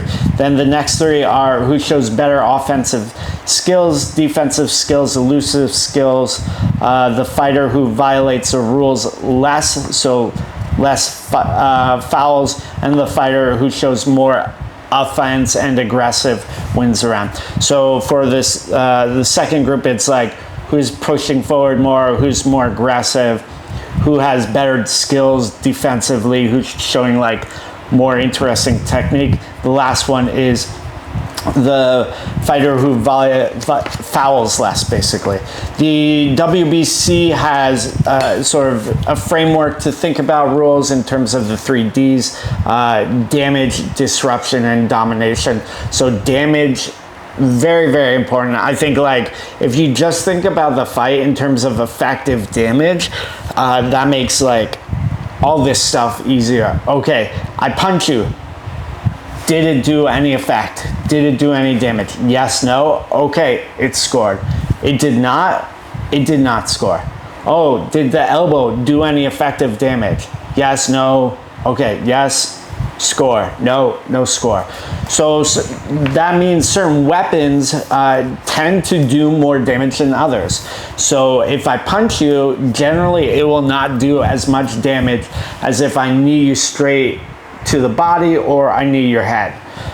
So generally, but not always, a knee to the head is going to do more damage than a punch to the head. Therefore, the knee is going to score higher than the punch. Sometimes a knee to the head is like a tap. It's not really going to do that much. And other times, a punch is going to do a lot of damage. So things are subjective, and you have to look at each exchange and each strike and give it a qualitative measure. For fighters, it is very important to understand the judging and rules. That way, you know how to win. It makes the game a lot easier when you know how to win, especially out here in Thailand. Now, let's talk about rules and the economy, because while these are the basic rules, the way they are interpreted and enforced is different. So at shows like Max Muay Thai, they are definitely way heavier, at least in the past, with more action-oriented fighters. So that is a criteria they emphasize. For Raja Demnoon, it's maybe more skill-based. That is something they're looking at. Whereas at Lumpini, it's, again, more volume. This is, it can change from judge to judge, but there's a little bit of a flavor to each stadium and each sort of team of judges. Now let's go on to talk about open scoring. So open scoring is a phenomenon. It is established very well in RWS. So you can see after the round if you won or lost. Why this matters is because it will impact the way you fight. And it is very important if you fight in a 3-round fight or potentially 5-round fight on RWS, where you know the scoring is to win the first round. Very, very important, because it will give you momentum to win the second round and third round. So you win the first round, already 30% of the fight you have claimed. So if you claim the second round, okay, you probably have won the fight. Okay, you lose the second round, no problem. You have redemption in the third, so you have another chance. Whereas if you lose the first round, you need to win the next 2 rounds. So it's a bit more pressure on you to really turn up your game. Also, when you are winning the fight, you can control the third round. Obviously at RWS, they want you to put on a fight all the time, but some of the mechanics of the game and the way it's structured is, you know, sometimes you will game control the fight. You will still be active, but you will basically be doing clock control in order to safely secure the win. You see this a lot with gambling shows. When someone knows they have won, they will not risk losing, because not only are they risking the loss of the fight, they are also risking potential bonuses from gamblers that make up a significant portion of their purse. Because if you are on a gambling show and you win the fight, you will get tipped out from the gamblers that bet heavy on you. So that is how sort of open scoring works. Now we can look at some of the rules for one championship. The rules of one are different from Muay Thai.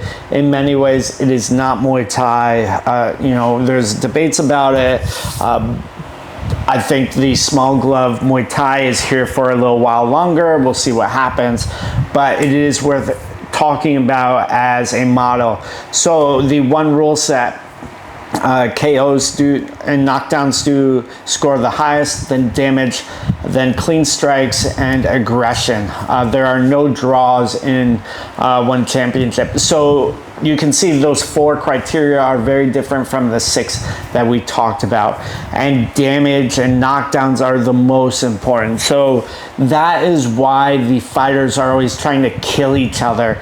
It is not a scoring-based system. It is a, you know, knockout-based system. And this is why the little gloves are so game-changing, because you can slightly knock the person, a slight brush with the glove, you can knock someone down, and that is it for the fight. So you can soak up a kick. This is something Nico Carrillo talks about and has done. He'll soak up the kick in order to punch back, because the opponent generally can't kick as much to do enough damage to the arms, where the punch is no longer a credible threat. So you can take a lot of kicks and you just punch on, and just one grazing punch, good night, and that is it. So it definitely changes the game. It changes the way the fighters fight and the scoring system. It is very important, again, emphasis on understanding the rules and regulations. So in my book, of course, I write down all the rules. If you ever get a chance, definitely try and get a copy of this SAT book.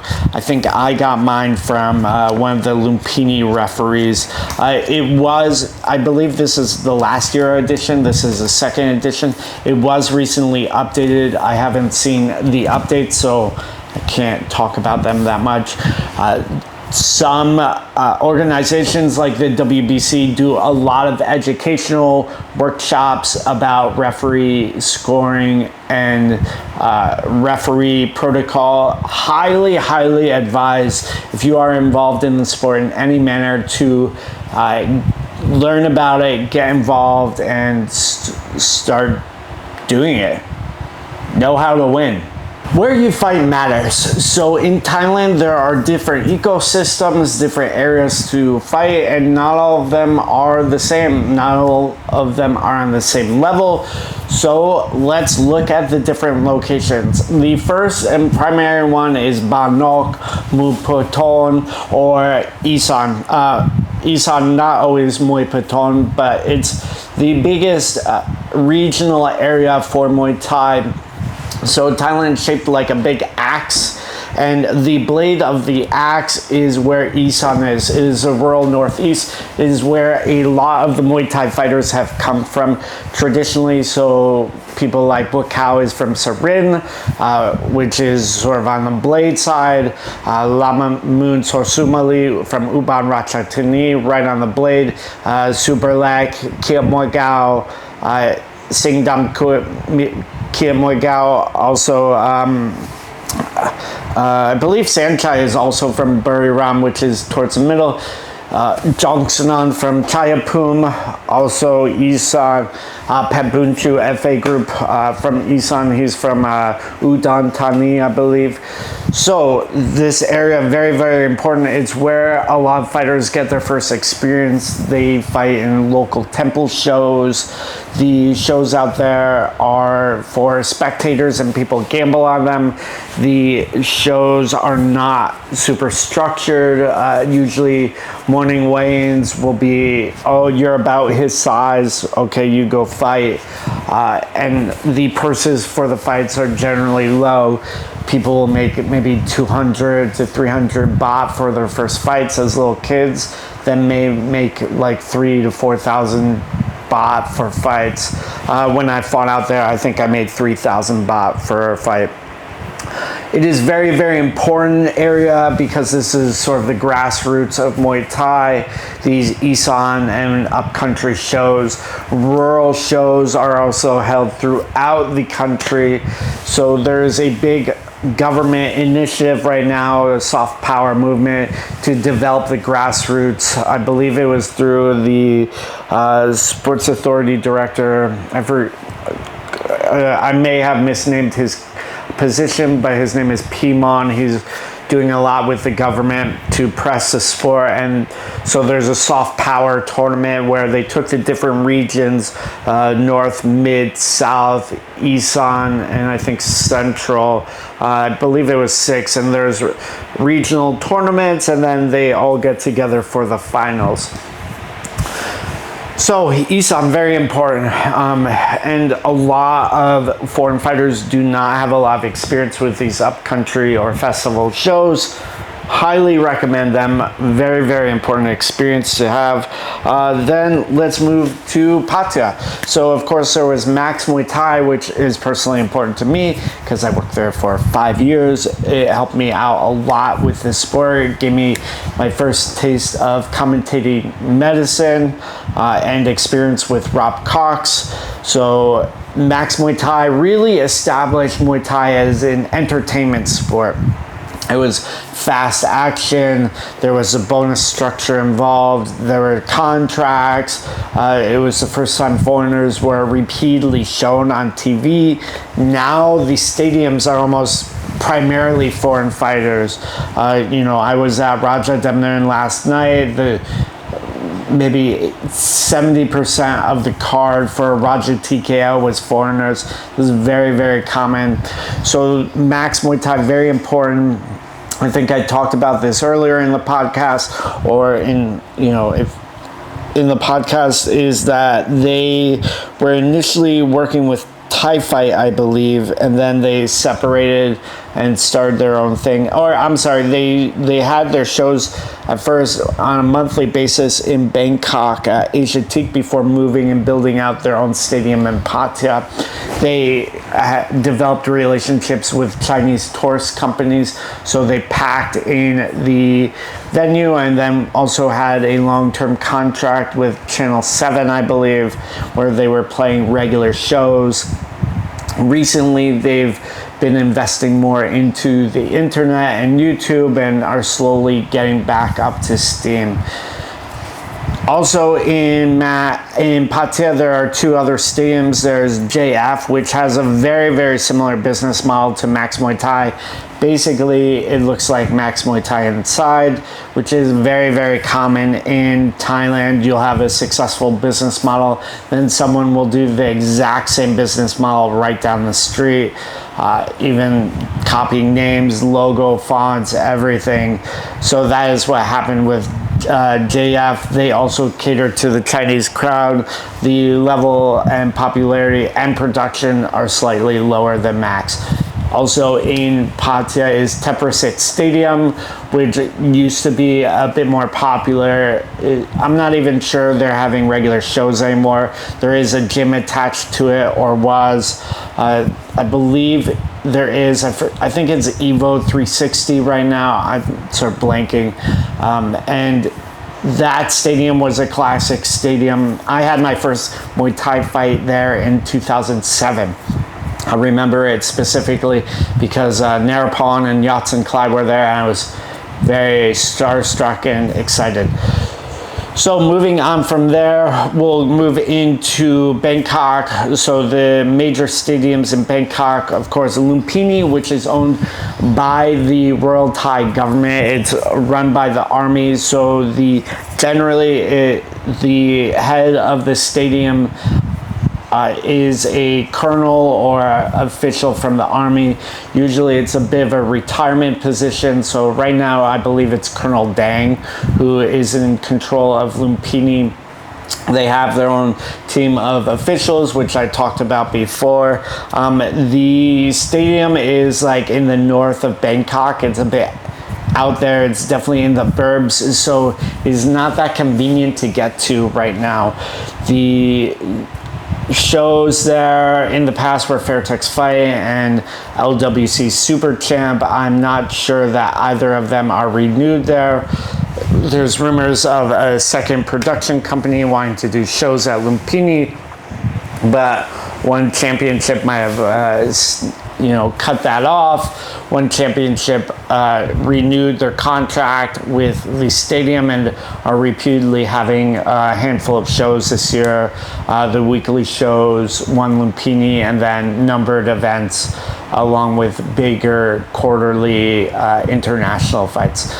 Some of those international fights will be at Lumpini, some of them other places.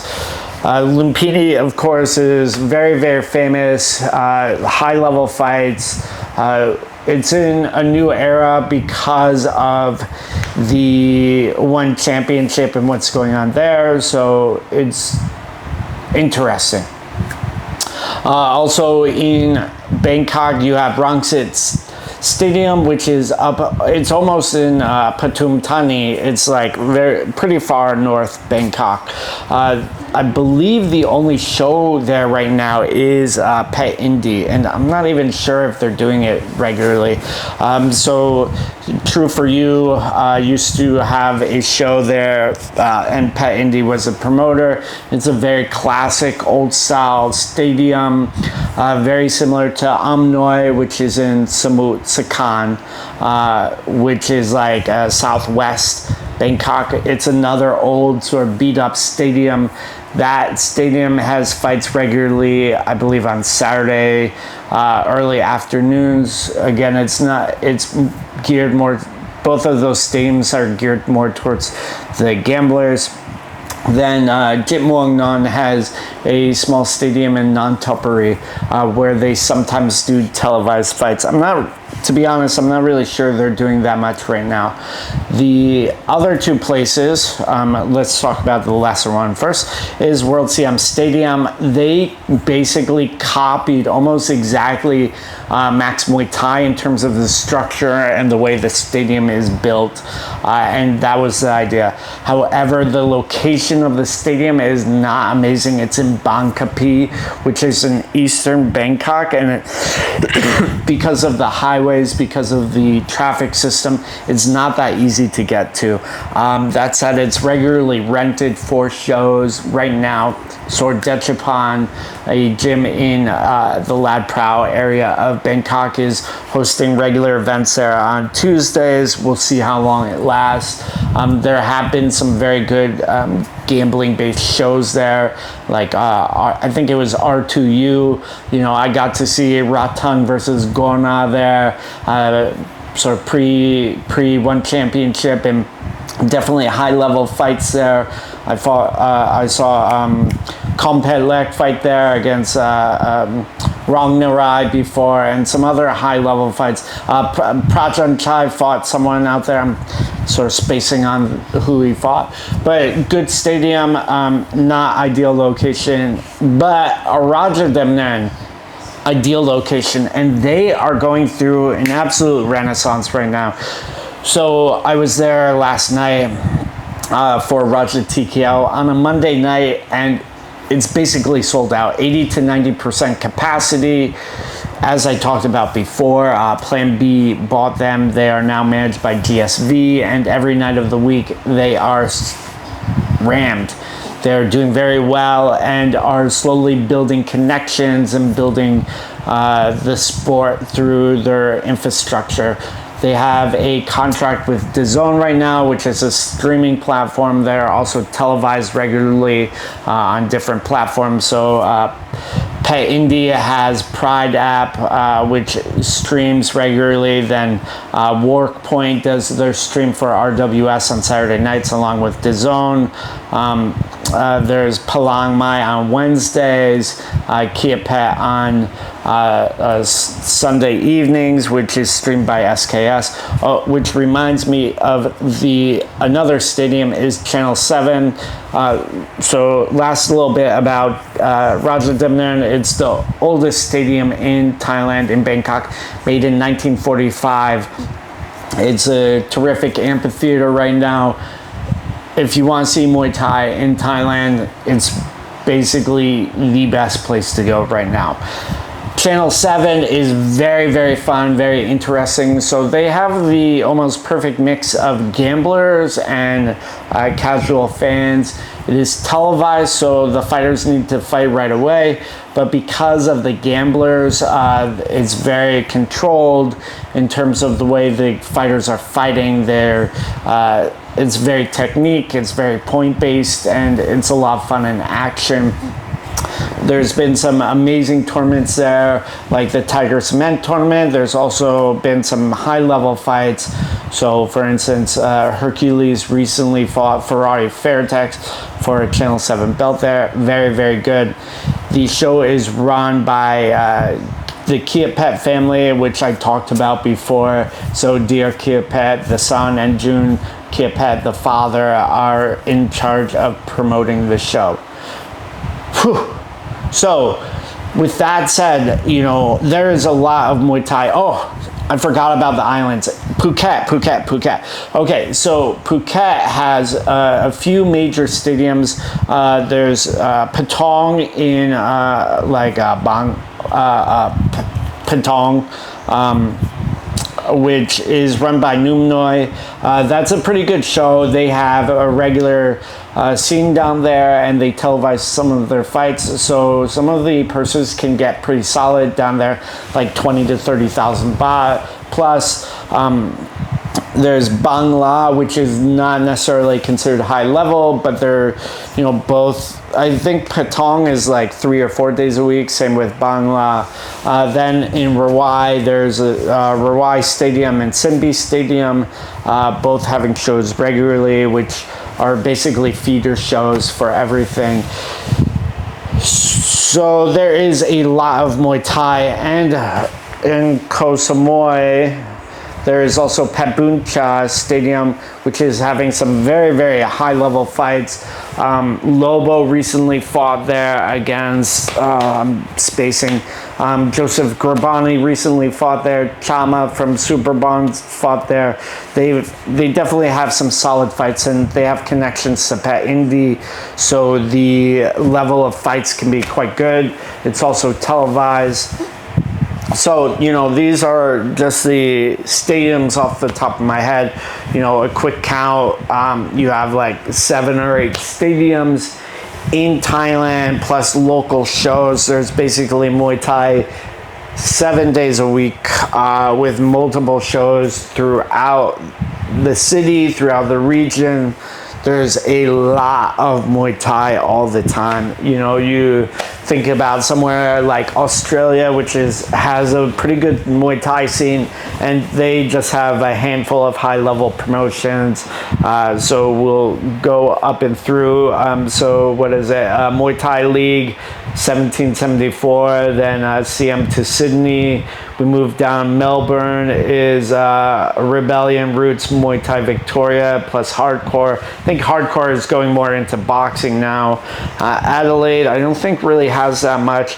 Then we swing over to Perth, and we have Gavin Fuller's Muay Thai Super Series along with his ex-partner's show, and occasionally the boys from the pit put on a show, you know. And Australia is massive, and it's like 6 or 7 shows, whereas we have in Thailand like at least that many stadiums, if not more. And Thailand as a country is, you know, half a quarter of the size of Australia. Now let's talk about signs of damage. We've obviously gone over a lot in terms of fighting, in terms of locations and whatnot, but signs of damage are probably one of the most important things for you as a fighter and coach. So when you see damage as a fighter, you want to go after it. When you have damage, or when your athlete is showing signs of damage, they've been hurt, you need to be coaching them in a specific way.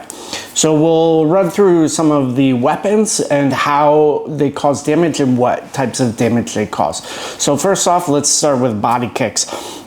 So usually body kicks are going to land on the arms and on the ribs. So for ribs, you'll see some blotting, like a little pepper spray of red. Usually the other thing is bruising. You can see a lot more clearly on people with lighter skin. So someone like me, you're going to see a lot more redness, purple bruising than, you know, a Thai who has a darker pigmentation. So usually you see bruising on the ribs. The breathing can get a bit heavier. The other thing is when it's landing on the arms regularly, the guard starts to drop.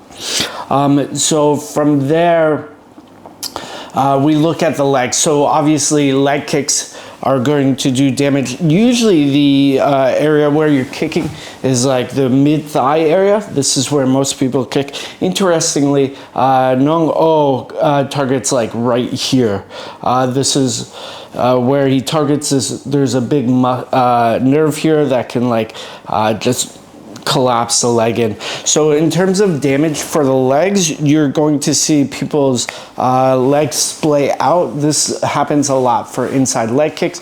The leg goes whoop,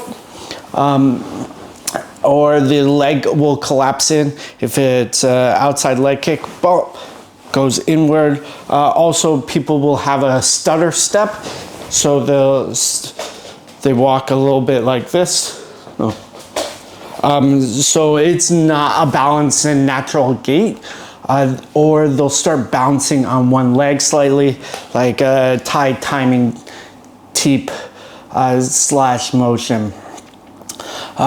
So after that, the obviously is elbows. So one of the things from elbows is cuts.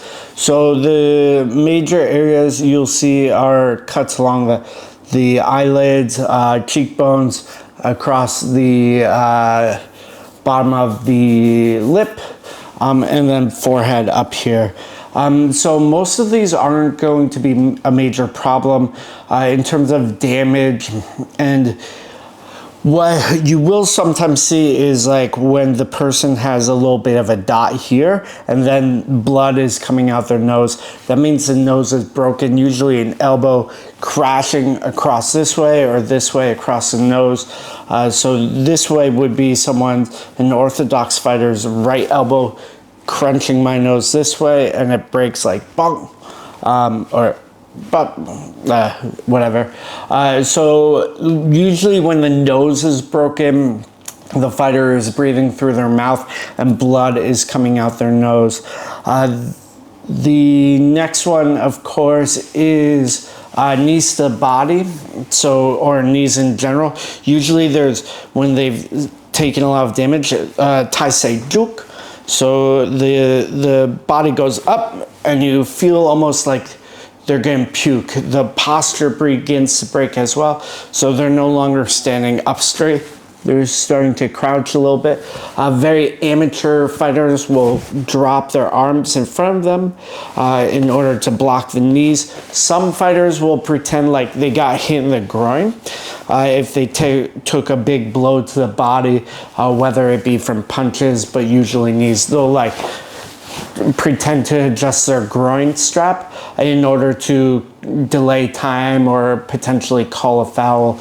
This happened to Sidichai recently in a kickboxing fight against a Japanese fighter. So in terms of boxing, in terms of punches, what you'll see most of the time is bruising and swelling, but the real sign of damage is concussions. And of course, all of these weapons can cause concussions, except leg kicks. But the sign of a concussion is usually swaying a bit much, slow movement in the corner, stuttered speech. These are all signs of a concussion that you need to look out for. Additional signs of damage or fatigue are the mouthpiece.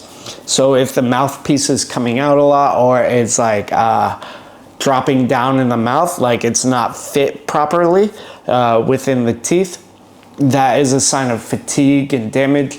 If the fighter is looking up at the clock, you know, fighting, looking up, fighting, looking up, that is a sure sign of damage, of fatigue.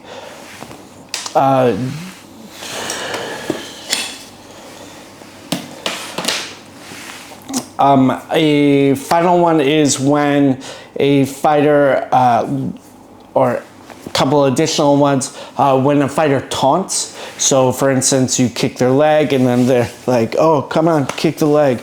Usually that means the kick landed well on the leg and you should score again with it. Just like in looking at the clock, if the fighter is constantly looking to the corner for advice or suggestions, that's a pretty sure sign that they've been damaged. One of the ways that people deal with damage is through acting as well. The same thing as taunting, they'll shrug it off. That's something Ratang likes to do. Interestingly, he had a fight with Gonar PK Sanchai at World CM Stadium maybe 3-4 years ago. Gonar knocked Ratang down. It was a quick knockdown, but definitely a knockdown. It was from a right hand. Ratang fell. He sprung back up. You could see he was a little concussed, but he shook it off right away and started fighting, and the referee had you could see the split moment of indecision whether he should give a count or not. Ratang knew he'd been damaged, but he knew that if he changed the signs of damage, if he looked confident, that maybe the referee wouldn't count him and he could keep fighting. So in understanding these signs of damage, when you see someone damaged, you want to go after it. So if you see someone from a body kick, their arm dropping, you want to keep kicking that arm. Something Johnson on Fairtex would recommend a lot, or one of his tips was you kick the arm, especially towards the top, and as the arm drops because of the body kicks, the other thing that happens is the leg starts to slide up on the shoulder and a body kick turns into an easy head kick. The same thing with knees. If someone is coming up, you score more into the knees. One of the things as well is in seeing these signs of damage, you need to mix up your shots a little bit. So in order to do even more damage, if the knees are working very well, you may need or may want to mix it up with a teep or a punch to the body to cause the same damage to the area, but a slightly different type or angle. And this causes even more damage to the person because it's not just this one sort of punch that even though they're weakened, they can sort of deal with. It's now a punch and a push kick and a stab with the toe and then a knee, and it feels all a bit more overwhelming. Now let's talk about money, specifically what you should do with your money immediately after you fight. Tip. Why does tipping matter? Because Thai trainers make such little in wages, usually between 10 to 15,000 baht per month, plus accommodation, up to maybe 20,000 baht for skilled trainers. So that is about minimum wage in Thailand. You know, you're working at 7-Eleven, minimum wage out here is 300 baht a day. You work 6-7 days a week with a couple days off, you know, you're making 2,000 baht a week. So, you know, minimum wage out here is 8,000 baht a month. You know, trainers make a little bit more, but they're still struggling most of the time. So they need second jobs or second hustles in order to have a sustainable income. Part of that comes from developing their fighters. So in developing the fighters, they can get bigger and bigger tip outs. And a lot of times the trainers are working in your corner, especially as a foreigner, for the tip out. So there's basically two people that you need to tip out immediately. You get paid, you tip them out. The cornerman and then your trainer. So the cornerman can be your trainers or the local fighters. A lot of times the fighters will go to support you and will massage you and help you out, give you advice as well. They should be tipped out as well, usually depending on the show, of course, but for most venues you're looking at, you know, 300 to 500 baht per corner. For the trainer, you're looking at 10 to 20%. Your trainer will know how much you make, roughly, so they will basically judge you about how much you tip. Oh, is this person generous with their money? Oh, they are? Okay, I will invest more of my time into them because they're a worthwhile investment, and then also I will get more money as they get better and better opportunities. Along with tipping, of course, is gambling. Gambling in Muay Thai out here is definitely still part of the sport. It's a big part of the sport. But the way it's evolving is a little different. So most of the stadiums, most of the time, don't really have much of a gambling presence anymore. Most of the areas that foreigners will fight in, you will not have a major impact from the gamblers. Yes, in the countryside, yes, in some of the stadiums in the south, but the influence is not as big, especially in the main venues in Bangkok anymore. Like, yeah, Channel 7 is packed with gamblers, but most foreigners don't fight there. One Lumpini, there's no real gamblers there. Raja Demnern, for most of the shows, Raja Knockout, RWS, there's not a really big gambling influence.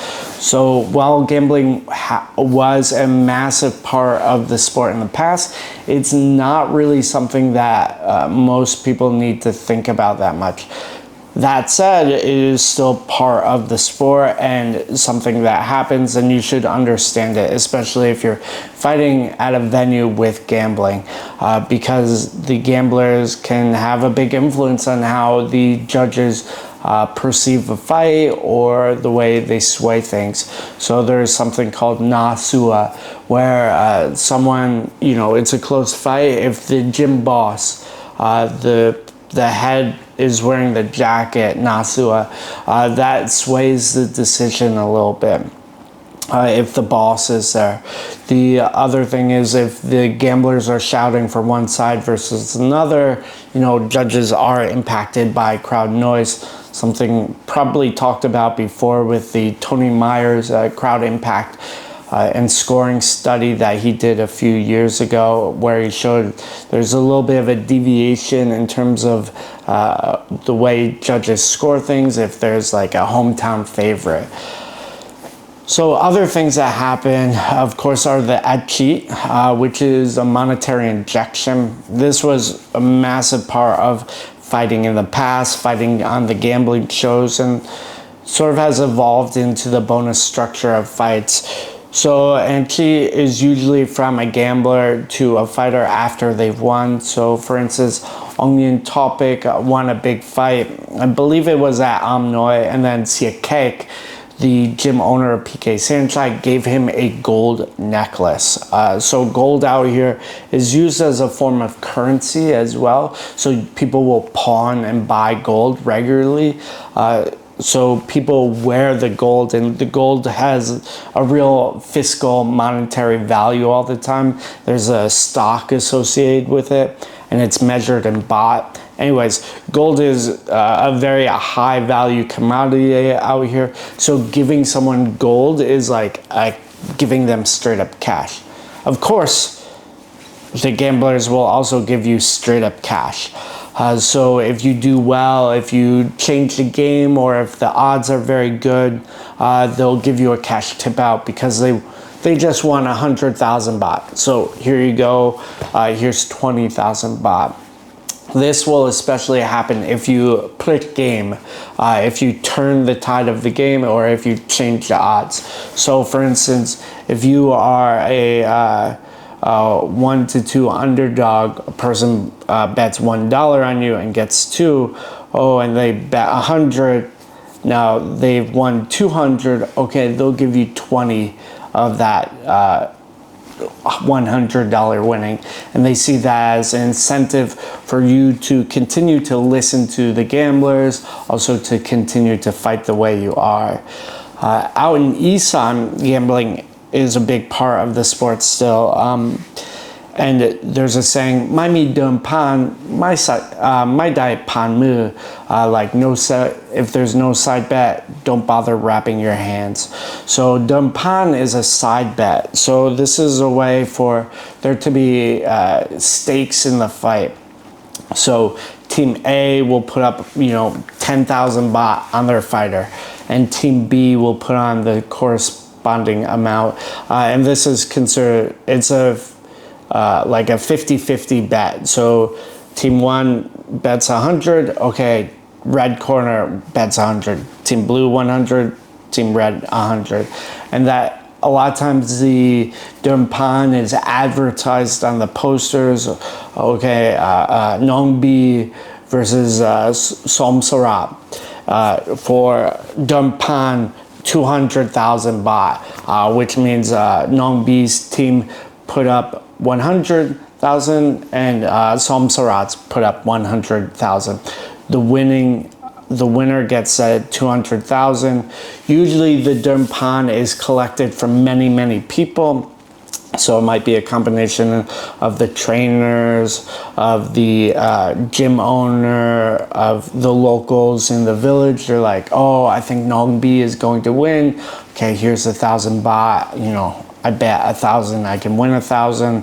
Pretty sure she's gonna beat Somsarat. So that is how that system works, and it's a way to make people more invested in the fight.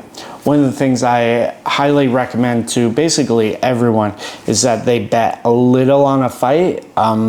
Never ever bet more than you can afford to lose. But even if you bet, say $1 on a fight, you'll get more emotionally involved in it. All of a sudden, this person turns from just red corner into my dollar. You are very important to me. Obviously, there's some downsides to the impact of betting. For instance, I bet on Nathan Ward while he was at Max. I'd been managing him for a while, and he was doing very well. I put 3,000 baht on him, $100. That was a little bit of my rent money and my telephone bill at the time, and I needed the money. He was losing, and I was not giving him good advice. I was just screaming at him. Luckily, he turned it around in the third round and knocked down his opponent and went on to win the fight or get a draw. So I didn't lose any money. I think I made the 3,000. So big relief. But it impacted my ability to judge or to referee and corner him correctly.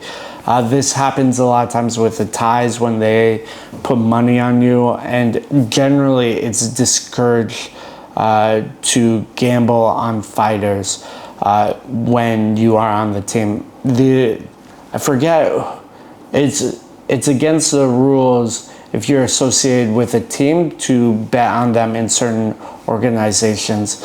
I believe RWS bans it, one Lumpini as well, but don't quote me on that. So along with all the gambling side, there's of course the influence of odds. So there's people called CN Muay. They're basically the gambling experts. They know the fighter's form and will have an insight into their training, along with understanding how the matchup will play out. So the way the CN Muay make money is through the information and then adjusting the odds. So, okay, this person is 2-1 favorite, but the actual likelihood they will win is probably 5-1. So, okay, are those odds good to bet on? Okay, how much will I win? Okay, if they're 5-1 to win and it's 2-1 to bet, maybe it's not an amazing bet.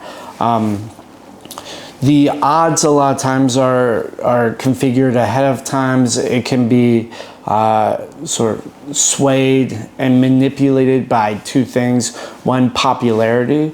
So for instance, someone like Johan Ghazali, whenever he fights, and you can bet on him on online apps like Tiger789, whenever he fights, he's such a favorite in terms of popularity that the odds get really skewed. So it's not really worth betting on him because he's such a massive favorite, you actually won't win that much money. And then if you lose the bet, you'll lose a lot of money. So, you bet 100 to win like 110. It's not really worth the risk. So there's popularity that can skew the odds. There's also the senyai or kayai, which is the big legs. Usually they'll dump a bunch of money onto someone in order to sway the odds one way or another. It's a way of basically price manipulating the gambling market. And a lot of times if there is a big influx of money into a fighter at a suspicious time, say like right before the fight or, at a certain moment, usually it's a potential sign of match fixing. So moving on from that, match fixing does happen in the sport. It's not that common, but it does happen, and it's something to understand. So there's basically like, there's three instances of, sort of, one is gray area. These other two are definitely like fight fixing or, yeah. Okay, the first is, in Thai, they call it ma mai dai su. So this is come but not to fight. So it's someone that gets up into the ring and is fighting, but they don't really have the heart to fight. This person is just an opponent. If, a local Thai versus a roided out foreigner, they're getting beat up. Okay, they're done. They get hit hard. If they were fighting professionally for more money, they might get up, but they're not. So they just stop. They fall down. They're okay with being counted out. They're like, okay, I fought enough. I'm all done with them. So this is very common in Isan, in Chiang Mai, in Phuket. The fighters are they don't really have the heart to fight because the money's not there. The next is lom muay, which is actually a dive. So, there's fighters that have taken dives before. Someone I can think of, Denalpaw Numpon-tep, a couple of years ago, took a dive. It was, a I think an elbow. He was like fighting aggressively, and then he realized, oh shit, this is a round, I have to fall. And it was like a phantom elbow and he fell down. And it was a pretty obvious sign of a fall. Usually what happens in these circumstances is the case is investigated. You know, the fighter is interrogated after. If they find the person who gave them money or the gambler that gave them money, they're persecuted. The fighter is blacklisted as well. So Daniel Paul can't fight in the main stadiums in Bangkok for a while. The last one is Chok Mai Sam Sak Siri, which is to fight with no honor. Usually like the fighters will just like be patting at each other or not really fighting. Because of the odds, you know, they'll give up the fight in order to lose. So this is a case of Chok Mai Sam Sak Siri. The referee will usually understand the form of a fighter, so he'll have seen Nong Bi fight a bunch before, and if Nong Bi is not performing to standard, the referee will look and be like, oh, no good. Chok Mai Sam Sak Siri. And the fight is considered a no contest, which means all bets are off. So there's no bets and the fight is waved off. Again, Chok Mai Sam Sak Siri doesn't happen that much, but it has happened. It's even, you know, rumored, although it very much looked like it, to happen at one championship, you know, because while the fights aren't massively influenced by gambling, there's still gambling going on. You know, the Tiger 789 website, then other websites and forums, where most of the gambling is happening. So even the big entertainment shows have this happen. Of course, Raja Demnaran has had this happen before. Amnoy, basically all over the world. There's even instances where Chok Mai Sam Sak Siri happens in foreign countries where the fighters may know each other very well and just not really perform because they don't want to hurt each other, or, you know, maybe they've you know, figured out, you know, talked to each other beforehand and been like, oh, hey, Somchai, I'll win this fight, but let's make it entertaining and close. And Somchai says, oh, yeah, you know, I'll turn it up in the third, but I'll make sure, you know, you are ahead by the fourth, something like that. So it's a form of match fixing as well. Let's talk building a career in Muay Thai. So there are two basic paths for a career. One will lead to success, one will lead to failure. One takes much longer, but is much more certain. The second is unstable, but hey, anyone can happen. So it's the build your bones versus the fast and easy path. So when you come out to Thailand, and even Thais do this, they sangraduk, they build their bones. For most fighters, the first year to 3 years is a foundational period where they're just fighting. The hard part about this period is that the purses are low, so 3,000 to 8,000 baht for your first year or two, for your first like 20 fights basically. You're fighting for experience and to get better. Then in year 2 to 3, you're moving up a little bit, maybe 8 to 15,000 baht. You're still losing money, but you're making a little bit of an income. After year 3, you've had maybe 30 to 40 fights. Okay, you can fight on shows like, say, RWS, where the purse is 15 to 50,000 baht, depending on your skill level, opponent. Maybe you're fighting some international fighters. Then 4 years plus, okay, now you're main eventing.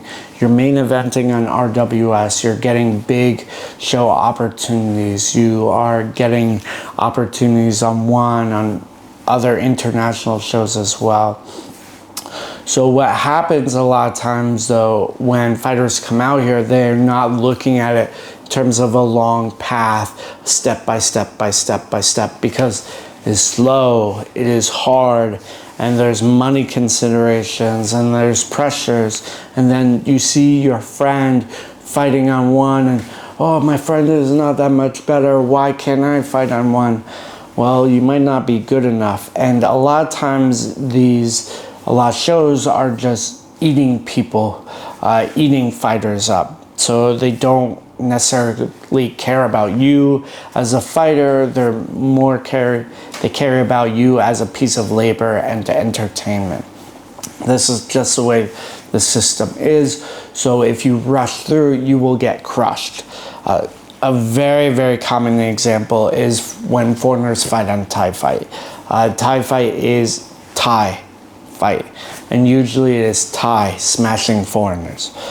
So they bring in lower level foreigners who are paid drastically less than the Thais, sometimes half, a third as much as, San Chai, or since, some of the other big names on the show. And they just get smashed. And then you have to take a long time to recover, to build yourself back up. And you lost a lot of valuable time getting beaten up. Someone that had a very, very good career out in Thailand was Liam Harrison. He's a great case study to look at in terms of what he did in Thailand, in terms of the amount of time he came out. It was about 3 years or so, and he did about 6 months on, and then a month or two back home, and then 6 months on in Thailand again. And what he did at first is he fought everywhere. He fought down in the islands, he fought up country, he did whatever was offered to him. So he had a decent amount of experience in the UK, of course, but when he came out here, he spent a lot of time building that foundational base, building up his experience. And while he was doing it, he was pretty avid about self-marketing and documenting his progress. So he would promote his fights on social media, which at the time was kickboxing forums like Axe Kickboxing, where he was a very active voice. And then from there, it moved on to blogs like My Muay Thai, and then social media like Facebook and Instagram. And the entire time he's documenting his process. He's talking about, hey, I'm fighting here on this day. And then, a lot of people in the UK stayed up to date with him as well, because he would fight for 6 months out here, rack up a bunch of experience. People would be like, oh, you're fighting. He would go back to the UK. People would be excited, he'd fight a little bit, retain that fan base, go back to Thailand, fight, go back and, nurture the fan base with in-person experiences again. So I think this is a major, great case study for aspiring fighters. Will you be the next Liam Harrison? I don't know, but I think his path is definitely one to look at. In developing a career, there's all sorts of hurdles, though, of course, that you really need to figure out. One of the major ones is going to be injuries. So at some point, you'll probably get a major injury. For example, I broke one of my orbital bones, this one up here, and major surgery, like facial reconstruction, which caused a year layoff in terms of my fight career. Someone like Stam Fairtex, she had a knee tear. I think it was a lateral meniscus, which took her out for a year and a half, almost 2 years. There's other athletes. I know a handful of female athletes have blown out their ACLs, like Gabrielle De La Ramos, Nong B. Orbital breaks are pretty common now with the small gloves as well. Hand fractures, so someone like Tyson Harrison has broke both hands, and that takes a long time to heal.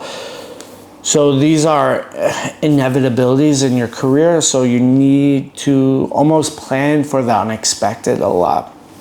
So if you think you're going to fight 8 times in a year, probably be more like 6, because you get sick with a staph infection or bronchitis because your immune system is low, or you break your hand, so you're out for a while.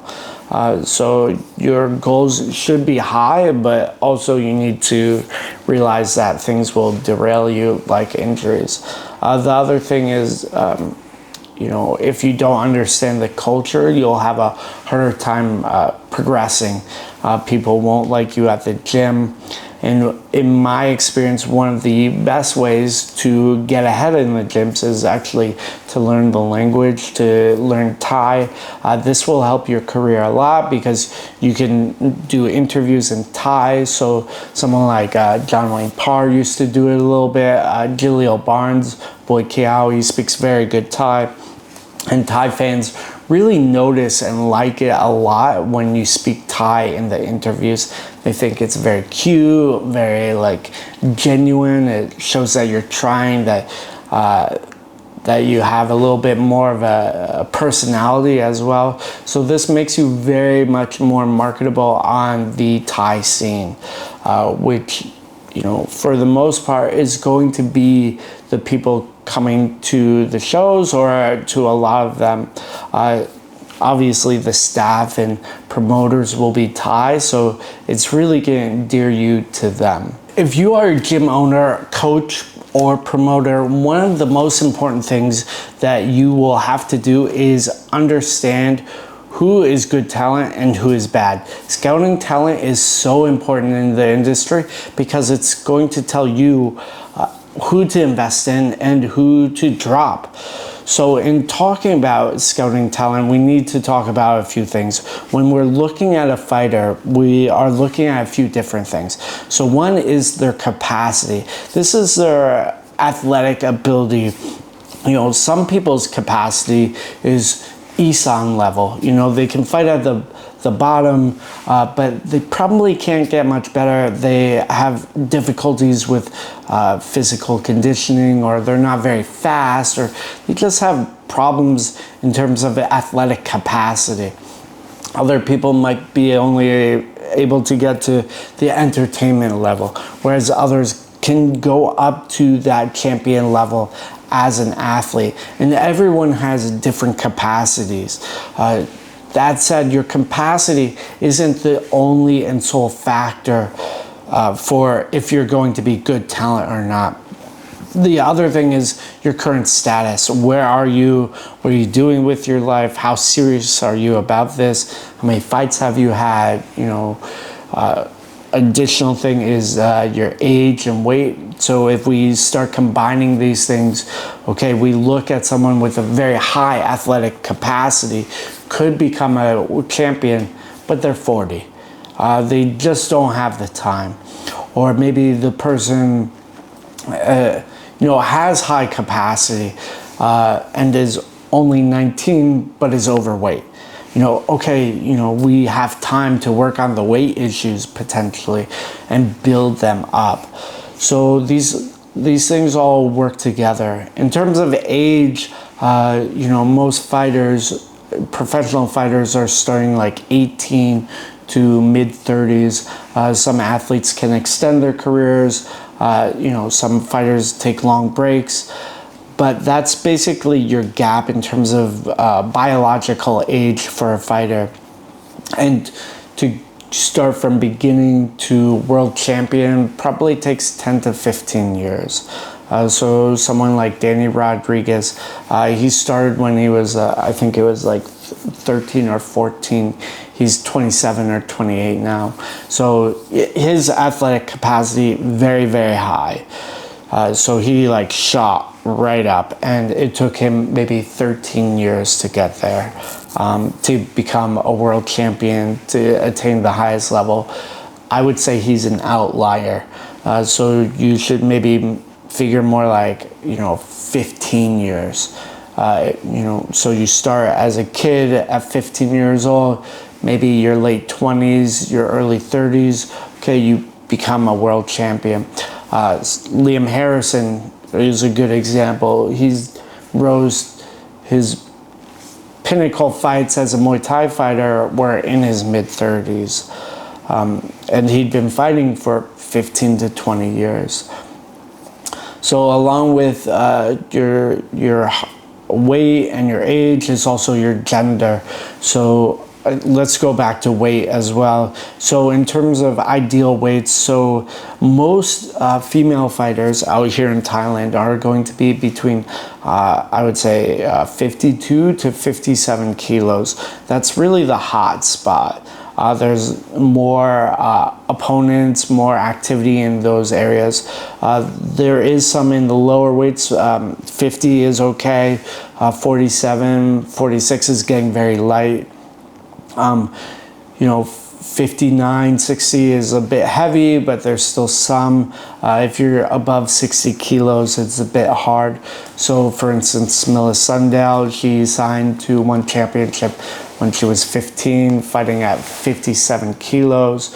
When she was 18, she'd basically grown up. There were two things. Basically, she grew out of the weight class, and two, there weren't as many opponents for her. So this matters. So for men, the weights, again, a bigger range, but I would say below 77 kilos to 50 kilos. The sweet spot, of course, for out here is maybe 60 kilos to about 70 kilos. There's lots and lots of Thai fighters out here. When you go like 70 to 77, you're mainly fighting foreigners. When you're going below 60, it's basically all Thais. 60 to 70, you're getting a good healthy mix of both Thais and foreigners. Another thing that can help your star potential or you to develop is your nationality. So certain promotions are going to be looking to develop certain talent in certain regions because they have promotional interests. For example, one championship recently signed a contract to do shows regularly in Japan. And actually RWS has a connection with Rise in Japan. So both promotions are going to be looking to develop Japanese talent. If you are Japanese, you will have a better time of being promoted than, say, if you're from Antarctica. Also, there's of course geopolitical things that happen. So if you're from a country like Israel and there's, politics happening in that area of the world that can impact foreign investment into the promotions. Maybe as an Israeli athlete, you might be sidelined for a while. And then, if you're from a country like America, they're going to be like, oh, you're very marketable or more marketable because they may be looking to push into that American market. Some countries, of course, are very marketable, other countries not. And a lot of it has to do with the spending power of the country you're from and how much potential revenue can come in from that country by having you on. You'll see this a lot with shows down in Phuket and other areas where they will give you a nationality that may not actually be yours. So say you're from Morocco, but they'll put you as American because there's so many more American tourists, and Americans are more likely to buy the tickets if you're American. So nationality matters a lot. Johan Ghazali, very, very good athlete. One of the things that has helped him though is that he's part Malaysian, and that nationality has given him even more attention. So how can you see if someone is not talented, if they're not a good fit, they just a waste of time? Obviously there's a few things, but if they party a lot, if they're not doing the base requirements like running, if they're very picky about their fights, yes, you should understand like you need to manage your fight career, but also fighting is inevitably risky. You cannot hedge your bets all the time and expect to have any sort of career. No risk, no reward. So if someone's overly picky, if they're ballooning up after fights, that is a very bad sign. If they're losing a lot at their current level, people do go through skids, and sometimes they're able to fight their way out of it. Sometimes they're not. If the person is uncoachable, so this happens a lot. So people are like dekdu, which is stubborn or unruly kid. They just don't listen. A lot of fighters think they know what they're doing, and to some degree you do need to have that irrational self-belief, but in other ways, an irrational self-belief just means you're irrational, that you're not seeing the world clearly, that you're not understanding where you are in this current system and world. So these are a few signs that the person is not a talent and a complete waste of time. I would say if you just focus on is this person exhibiting red flags, and just avoid the red flags, you as a coach, as a promoter, are actually a lot more likely to succeed. Let's talk about the business of Muay Thai. One of the most important things in the sport is contracts. Now, this is not something most fighters will have to deal with until their 4th or 5th year, when they're actively being recruited or actually fighting at the high level of international shows. So fighters are hunting dogs, malanua, which means they fight. Dana White has said, you eat what you kill. And it's like that in this sport. You get what you go for. You get what you are able to attain. But that said, there's also contracts which can hold you back or help you out.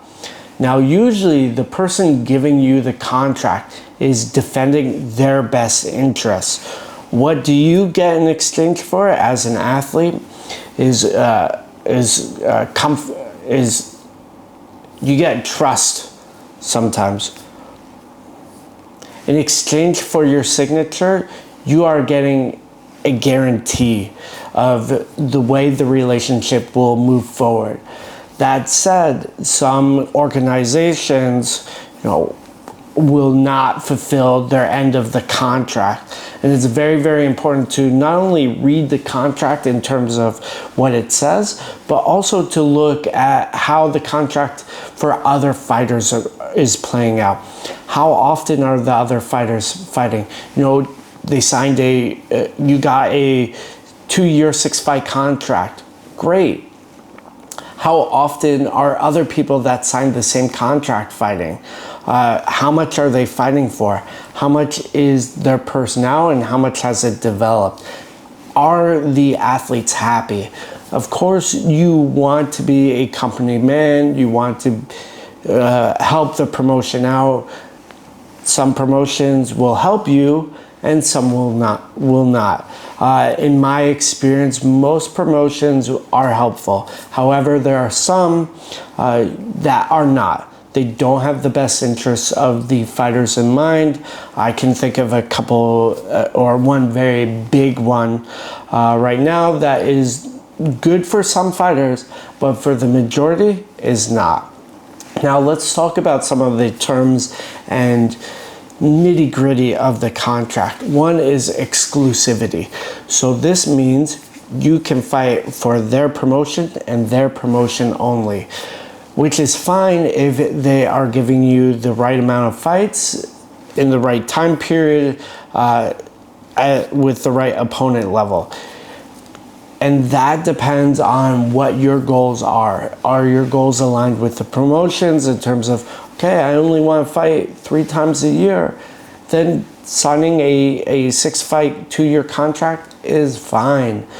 Some fighters, they can't fight that often because their level is not high and is too high.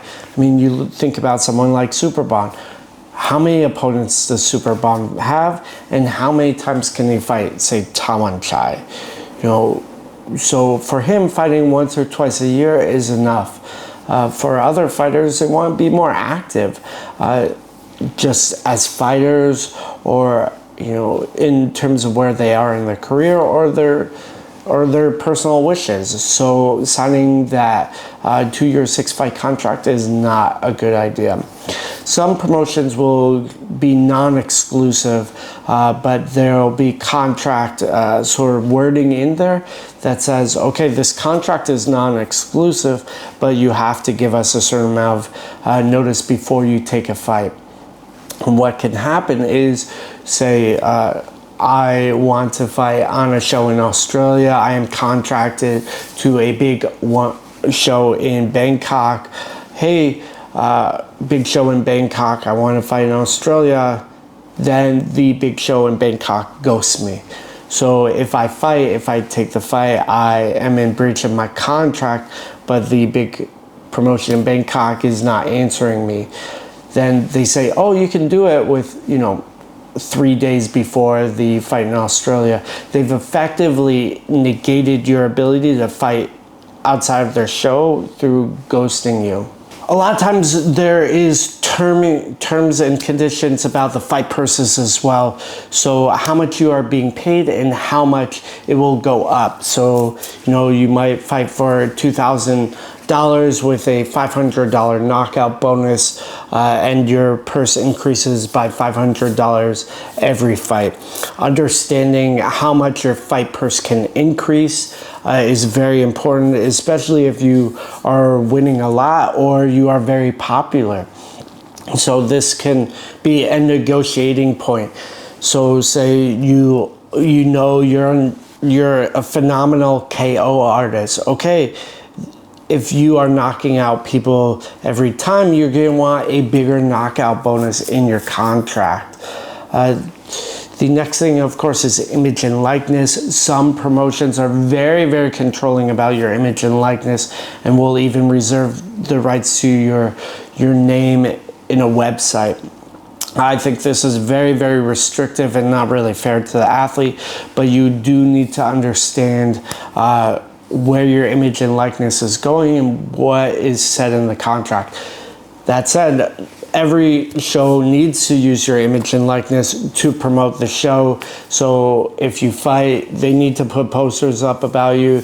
They need to make video of you. You know, your video of your fight is part of their content library forever. So you do need to understand that.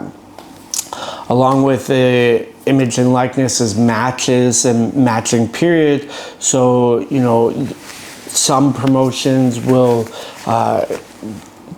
give you, okay, 6 fights in 2 years, but that's 6 matches, potential matches. And if you say no to one match, they might extend the contract. Or if they, you know, say you're a Muay Thai fighter, they might say, oh, you have to take kickboxing fights or an MMA fight, and that is considered a match offer. So that actually cuts down the amount of actual fights on your contract. So this is very, very important to look at as well. You know, are they offering you matches in your weight category as well? So say they're offering you matches at 65 kilos, but you're 63. You know, is that a good match for you? You know, they're going to say, oh, that's the only match we have, but really it's not always a good faith match. So that is something that you will see more in terms of the behavior of the promotion. And this is why it's important to follow other fighters' careers and how they're negotiating with the promotion. Along with the exclusivity, there's also exclusivity and matching periods. So say you are done with your contract, they may extend your contract through an exclusivity period or matching period, in which you can, if you get an offer from another promotion, they can match the same contract, or we'll say, oh, we need to look at this contract first. This is a way, you know, it's generally it's fine. But in some instances, it's a way to stall the person's career further and to control the athlete even more. This is my experience in seeing some of the contracts. I wouldn't say it's the majority, but there's definitely one big promotion that does this all the time. So the exclusivity contracts, also championship clauses. So you do need to understand, as a fighter, you know, the promotion is looking to build you and they want the stability of having contracted fighters. So you're contracted, okay, they know they have you on the roster regularly, you're not going to fly away. They invest time, money, promotional material into you. It's important to understand that. And if you become a champion, they're going to want to retain you because now you've reached a height, so they don't want you taking the belt and running off to another promotion and maybe ruining the name of the belt, or, you know, hopping teams to get paid more money. That said, there is a appropriate amount of time for a championship clause or extension. You know, if it's 5 years, that is very, very long. You know, even 2 years can be very, very long for an athlete, depending on their age and what's going on with them.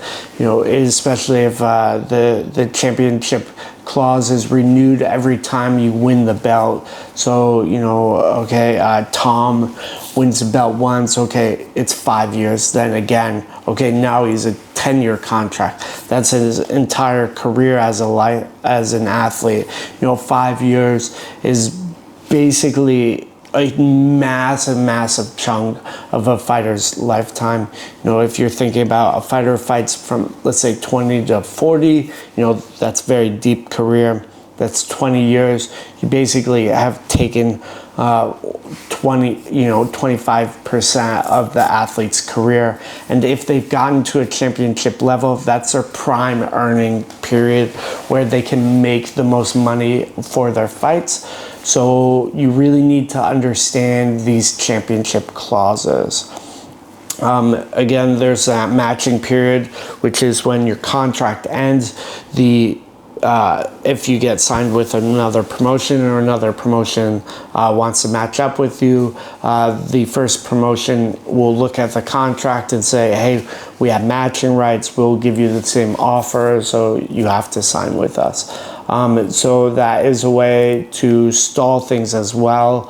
And even if they don't necessarily want to keep you, they will say, oh, we have matching rights, and make you wait until that matching period is over. So your 2-year contract with a 6-month or a year-long matching period is now a 2.5-year contract, 3-year contract.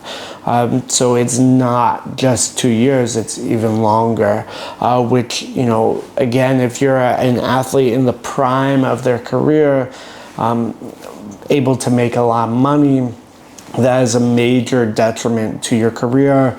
You're basically going an extra 6 months to a year with no fights, no income.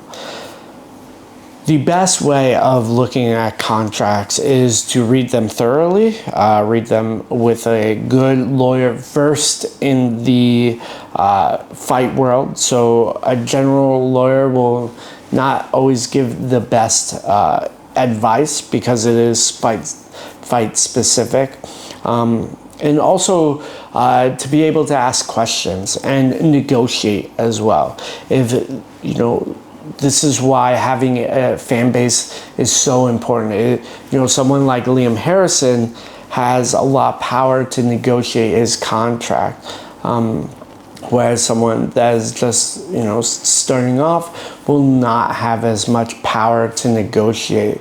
And understanding what happens to athletes that do break their contracts, or what happens when the promotion does not fulfill their end of the bargain. This is very, very important to understand as an athlete and to see what is happening in the ecosystem. Let's talk about the business of seminars. Seminars are an important part of the Muay Thai economic system, ecosystem, because it is a way for athletes, coaches, and to gain some money, also to build a fan base, plus they get to interact with people that normally they wouldn't do it. There are some drawbacks, of course, and it is very, very similar to playing in a band and a band going on tour. I've done seminar tours myself with Stamp, with Smilla, and gone abroad with Yatsen Klai, Sanchai, Namsak Noi, Pan Payak, and a host of others because of seminars. So I've learned a lot from it. But let's talk a little bit about seminars and the way they're broken down economically and as a business. So first is seminar locations. So in my experience, by far the best location to host seminars is in America.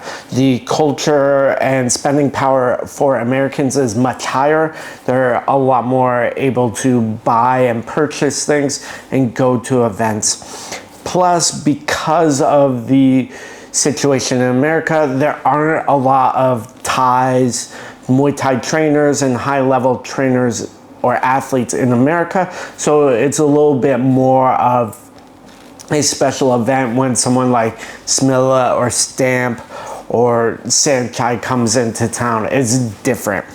That is not the case for somewhere like Australia, where they have a lot of Thai trainers at almost every gym. You know, you look at Sit Shoot Ton in Sydney, they have maybe 6 trainers. Luis Regis's gym, SRG, has 6 Thai trainers. In Perth at Calsoc, there's 6 as well.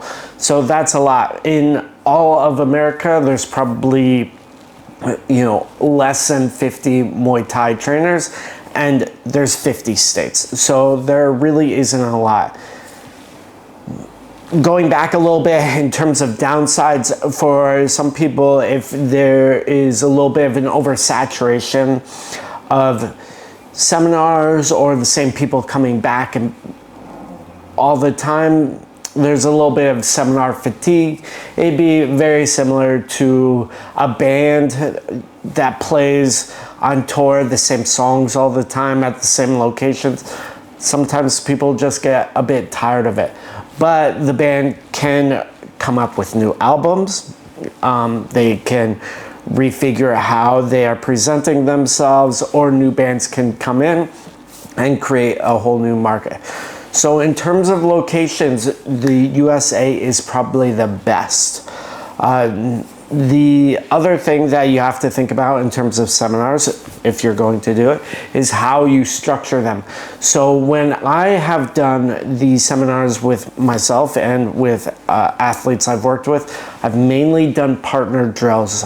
This is so that people get the most out of the interaction, and they're actually training and learning something. So it goes fight drill, from actual fight itself. So when Smilla fought Jackie Boonton, I think, you know, her jab, how she set up her jab was one of the drills. And so people just worked on the jab. And then, okay, the next drill was from when Stamp fought Janet Todd. I think it was a Superman or kick punch sort of drill, and on like that. Some athletes, particularly the male athletes, will do open sparring at the end. I generally don't like that because some people, not always, but some people get overly excited during the open sparring and can go too hard, or they're awkward. And if you have an injured athlete, you don't have a tour anymore. So as a manager for the tour, I was not that into it. The other thing I generally did was, just like a seminar is similar to a band going on tour, I would make a playlist. So the athlete would do all their techniques from fights, cut it up, teach on YouTube, then you can send it to the students so they can replay it and remember the technique over and over. in my experience, I've gone to seminars with Johnson on, with Ramon Deckers, with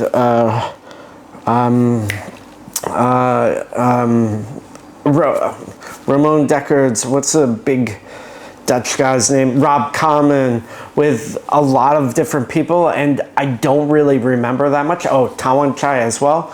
I don't really remember that much. I just remember having been there. But if you write and record this down, people can revisit the work, they can revisit the lessons, and I think it adds more value. So in terms of money and how much it's going to cost to host or to make a profit, it's going to come down to a couple things. First is the fame of the athlete or whoever is the seminar about. So Stamp can get a bigger purse or demand than, say, Jaleel Barnes, because Stamp is just more famous than Jaleel. That doesn't mean that it's not economically feasible for Jaleel to do seminars, or for other people, it's just Stamp can demand more money because she's more famous. Also, the purchasing power of the students. Some areas, so say South Bay, San Francisco, a lot of taggies there, they have a lot of purchasing power, so they can bring in more money. The ticket value is higher than, say, in Portland, Oregon, where people don't have as much money.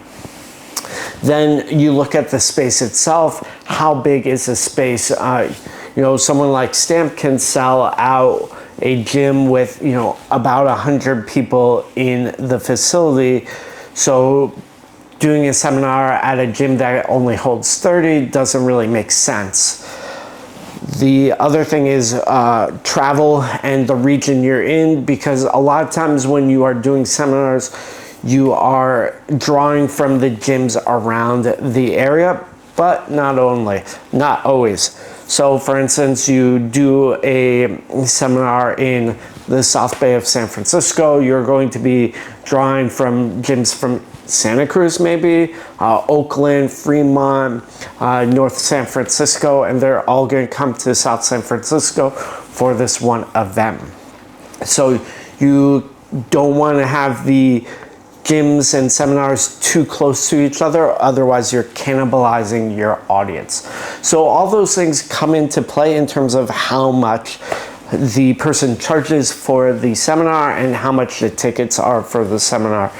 In general, the seminar prices start for, someone to put on a seminar, $750 up to $5,000 to $6,000. So someone like Superbon is $6,000, Sanchai is like $5,000, Karahat is like $2,500. Stamp did, when I was her tour manager, $4,000. Smilla a little less. When I've done it myself, it's $15,000 to $2,000. So all these things make a difference in terms of how you go about organizing the seminars. Usually it takes about 5 to 6 weeks ahead of time, preferably even more, to schedule it all out, to have your entire list. And you will be organizing your seminars, if you're doing a tour, according to your travel schedule. So you don't want to be going from, say, Perth to Melbourne to, South Perth, like that. You generally don't want to cross countries. You want to go about only an hour or two away, whether that's a flight or a drive, because the traveling and transportation is actually tiring. So you need to figure out the logistics side of the scheduling, because you need to keep the athlete or the coach high energy enough that they can put on a good show, that they can teach with enthusiasm, to deliver a good experience to the students and everyone that comes out. So a lot of that is logistical things. The next thing, of course, is visas. So some people from some countries, like Thais, don't have visas. So that makes it hard, and it is something that you need to know about. The other thing, of course, is leads. So there's basically two types of leads. I think we've maybe talked about this in other section, is cold leads and warm leads. So a cold lead is someone that you don't know at all. Usually a cold lead, you just put out the poster, hey, we're doing this seminar tour, do you want to host? And then a gym says yes, they reach out to you. A warm lead would be you contact the gym that has seminars regularly and you say, hey, I have a business proposal, is this something you're interested in? And then it works like that. Generally, warm leads are easier to sell than cold leads, but everyone starts somewhere.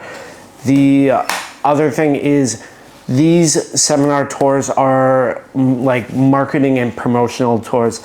The biggest advantage you can do is to turn the whole thing into a promotional and marketing event for the athlete or coach. To highlight them and to highlight the gyms that you're at, all the people you're at. It's basically a publicity tour. So you want to make as much noise as you can, especially before you go back to the daily grind of being at the gym. This is a great time to get a lot of new experiences, to see the world, and also to show your fans or people around the world what it's like, you know, what it's like for Stamp to go to the tallest building in Chicago, or for Smilla to be in Las Vegas, all these sorts of things. The last thing, of course, is merch. So merch is going to make up about 30% of your net profit. So it's very, very important to get merch, as it adds a lot of money into your pocket. If you are a traveling athlete or coach, you'll want to make the shirts and apparel ahead of time, and then you sell it at the event itself. Most people, when they go to events, they want to support you, and buying merch is one way of doing that. So seminars, very, very important way to make money for fighters, for coaches. It's a way to build a fan base, to spread knowledge.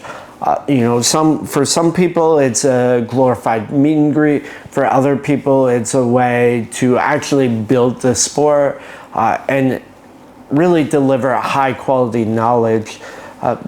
But it depends on how receptive the students are, how you've structured everything, and what you are doing and deciding to do with how you produce your seminars. In Muay Thai, you have to understand sales, and ideally you're good at it in some way or another.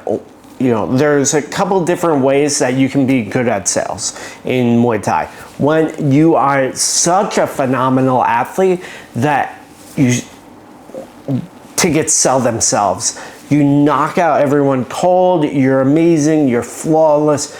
People want to see you perform. You just light up the ring. You're Mike Tyson of this era. That is probably not you. The majority of people have to figure out some sort of sales strategy, some sort of way to sell tickets. Why? Because without ticket sales, without converting attention into actual dollars and cents, promoters just don't have an economic incentive to continue to put you on their show.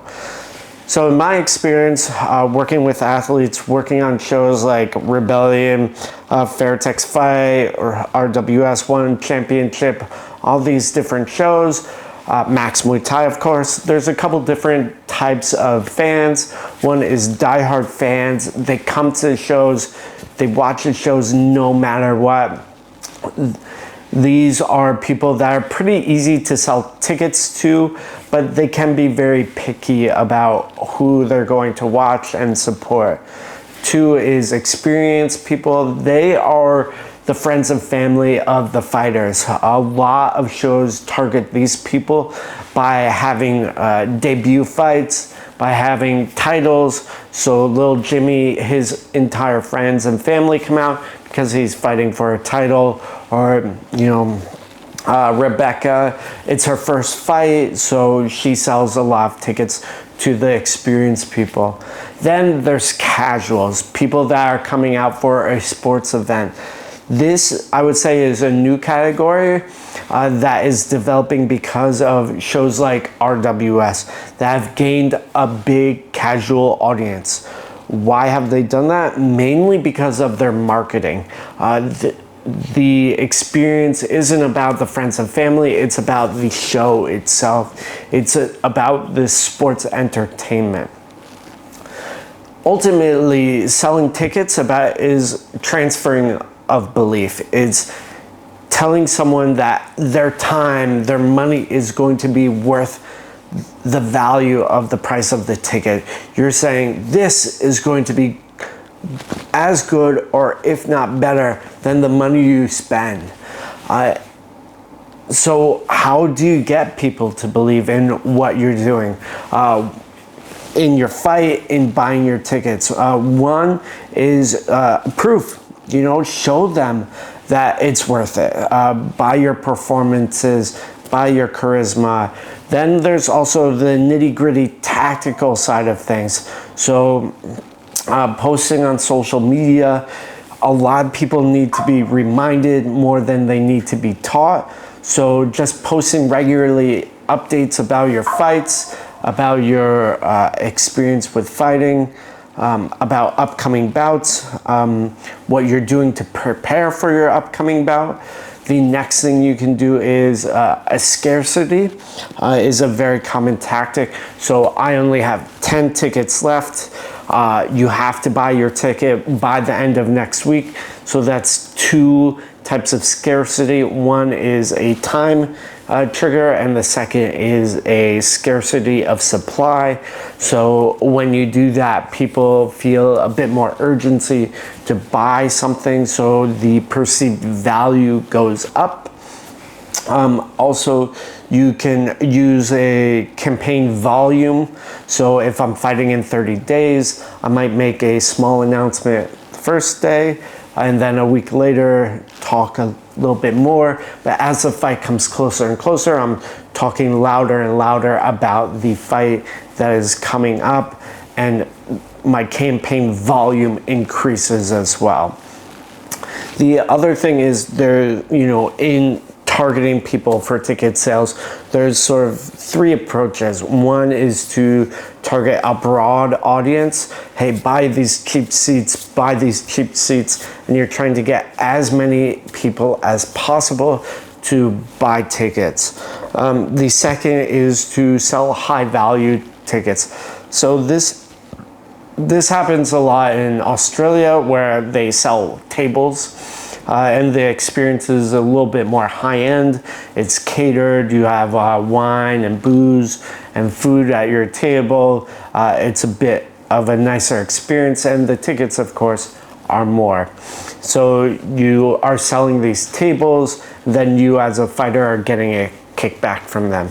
The third strategy is a mix. So you're selling some tables plus some common seats.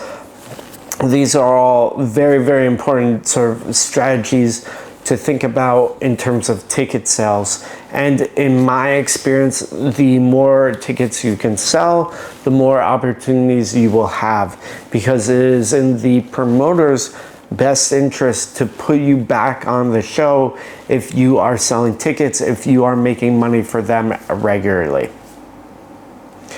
But the great thing about ticket sales is that sales is a skill, which means you can learn it and you can improve on it, but you need to get the repetitions in. You need to understand how ticket sales work and what you can do to improve your salesmanship abilities. I was riding in a van from one championship event to another, we were going to a press conference, and I was sitting next to Superbon. We were just chatting, and he says to me, you know, Matt, one championship will bring you from an 8 up to a 10, but they won't bring you from a 1 or 2 up to a 10. It's just too much work for them. And that is what social media and marketing athletes is really about. And promoters and promotions will take athletes that they can work with and promote them more in order to turn them into that 10 level figure so that they can make money there. But when championship has a very hard time justifying the expense and time it takes to market someone at a 1 or 2 level and bring them all the way up to the top. So I think it's very important to understand this, because when you do, you understand how promotions are marketing and who they are marketing and promoting specifically. Because social media is a way to potentially turn people into actual sales. It's a form of marketing. And social media is basically leads. So you're basically taking all these leads, all these people that may be interested in your product, and hopefully converting them into actual cash. In the world of Muay Thai, there's a lot of different ways that athletes and gyms can market themselves. First, let's look at athletes. So I would say there's some 5 very easy ways that athletes can market themselves. First is they can promote their gym. This is a great thing to do because generally your gym is your first sponsor, your first business relationship. Your instructor or your coach is going to put a lot of time into you, and they will want some sort of return on their time investment and return on their monetary investment. Promoting the gym is a way to promote yourself as an athlete as well. For instance, I get photos taken of me at Superbonds. Hey, I'm training at Superbonds. This place is amazing. Superbond is going to like that. The time and effort he put into getting that photo of me is now returned in goodwill and advertisement. So he's more likely to reinvest in me. The second way to use social media as an athlete is through instructional and educational content. This is how you block a kick. This is how you catch a tip. This is how you punch. All of these things are great ways to educate your fan base and to build a following. The third is just to show fight life in general. So a lot of people don't have the experience of fighting. You know, it's not that many people in the world that fight. So you can give them a glimpse into what it's like cutting weight, what it's like going to the venue, what it's like traveling to Thailand or to an event in order to fight, what the experience is like, you know, what the training is like, what is said in your corner. A lot of these things are not experienced by people, but you can show them, and through that your viewers and fans will either be entertained or educated or inspired. Of course, you can do entertainment content as well. You know, fun jokes. Stamp does a lot of dancing on TikTok. This would be an example of entertaining content. A lot of people like to show highlights of their abilities. You know, you kick the bag hard a bunch of times. People like that. That is entertainment. Your knockouts, it's basically your highlights. The last is inspiring people, because you are doing things that people don't normally do. People can be inspired by you. Watching what you do can inspire other people to do the same or to take action that they might not be doing in other parts of their life.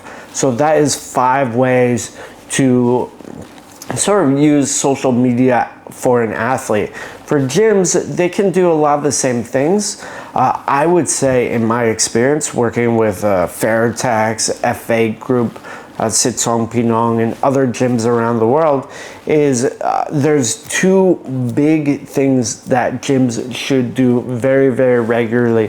One, they should highlight their clients, highlight the students coming in, especially the type of person that they want coming back. Show how they brought student A to where they wanted, how they brought Dave to get better at Muay Thai in the 2 or 3 weeks he was at Song Pinong, showing how Maria came to Fairtex for a fight and she got the fight, to show how Claude came to FA Group to get better at clinching and he achieved that. By showing these case studies, these testimonials all the time, you're showing proof of what you can do as a gym. And that is going to help draw other people that want the same thing. So someone else like Claude, who wants to get better at the clinch, is going to go to FA Group after seeing Claude's testimonial. Someone like Maria that wants to fight in Thailand now is going to go to Fairtex. Someone like Dave that wants to get better at Muay Thai is going to go to Sitsong Pinong because they saw the proof of the testimonial. And that's a very, very simple way for gyms to use social media to their advantage. The other, of course, is staff highlight. So by highlighting your staff, you're informing your students about the qualifications of your team and how amazing they are. Plus, you are boosting the morale of your team itself. You're highlighting your team and the staff and how awesome they are, because they should be awesome if you've hired them. So there are, of course, problems with social media. One is audience capture. So audience capture is when you are posting things and then you feel like you can't change at all. So, I'm just posting videos of myself kicking the bag, but I want to show more of my life, but I'm afraid that if I do that, my fans won't like me. So I just post the same thing all the time. This is considered audience capture. The other thing is there is a certain amount of media literacy that you should have when you are looking at people's content. Is this person trying to drive or influence me in a certain way to buy a product that may or may not be good for me, or to promote something that you don't personally agree with. The other thing, of course, is influencers, and there's real pros and cons to them. I think that everyone in the Muay Thai world has experience with influencers, because while the term has really risen to popularity because of social media, there's influencers in our daily lives. Our parents, massive influences on us. They are big influencers in our daily lives. And just because someone is on social media or is not, doesn't mean that they're not an influencer in a community. So gym owners are always influencers within the gym. If a gym owner says, hey, you should block with your toes down, everyone at the gym is going to block with their toes down. They're influencing the behavior of everyone at the gym. So it's very important to understand how influence works, not only to market yourself, but also to understand what sort of influence is impacting you and your life. There's a guy, Robert Cialdini, who's written a couple great books on influence that I highly recommend. Let's talk sponsorship in Muay Thai. There are two forms of sponsorship. One is a patronage. The sponsor gives the athlete, the coach, the gym equipment, promotion for free. They're not looking for anything back. They're just a patron of the sport, a patron of the athlete as an artist. They say, here is material, here is funding, go make art, bring life into the world. That is not the majority of sponsors.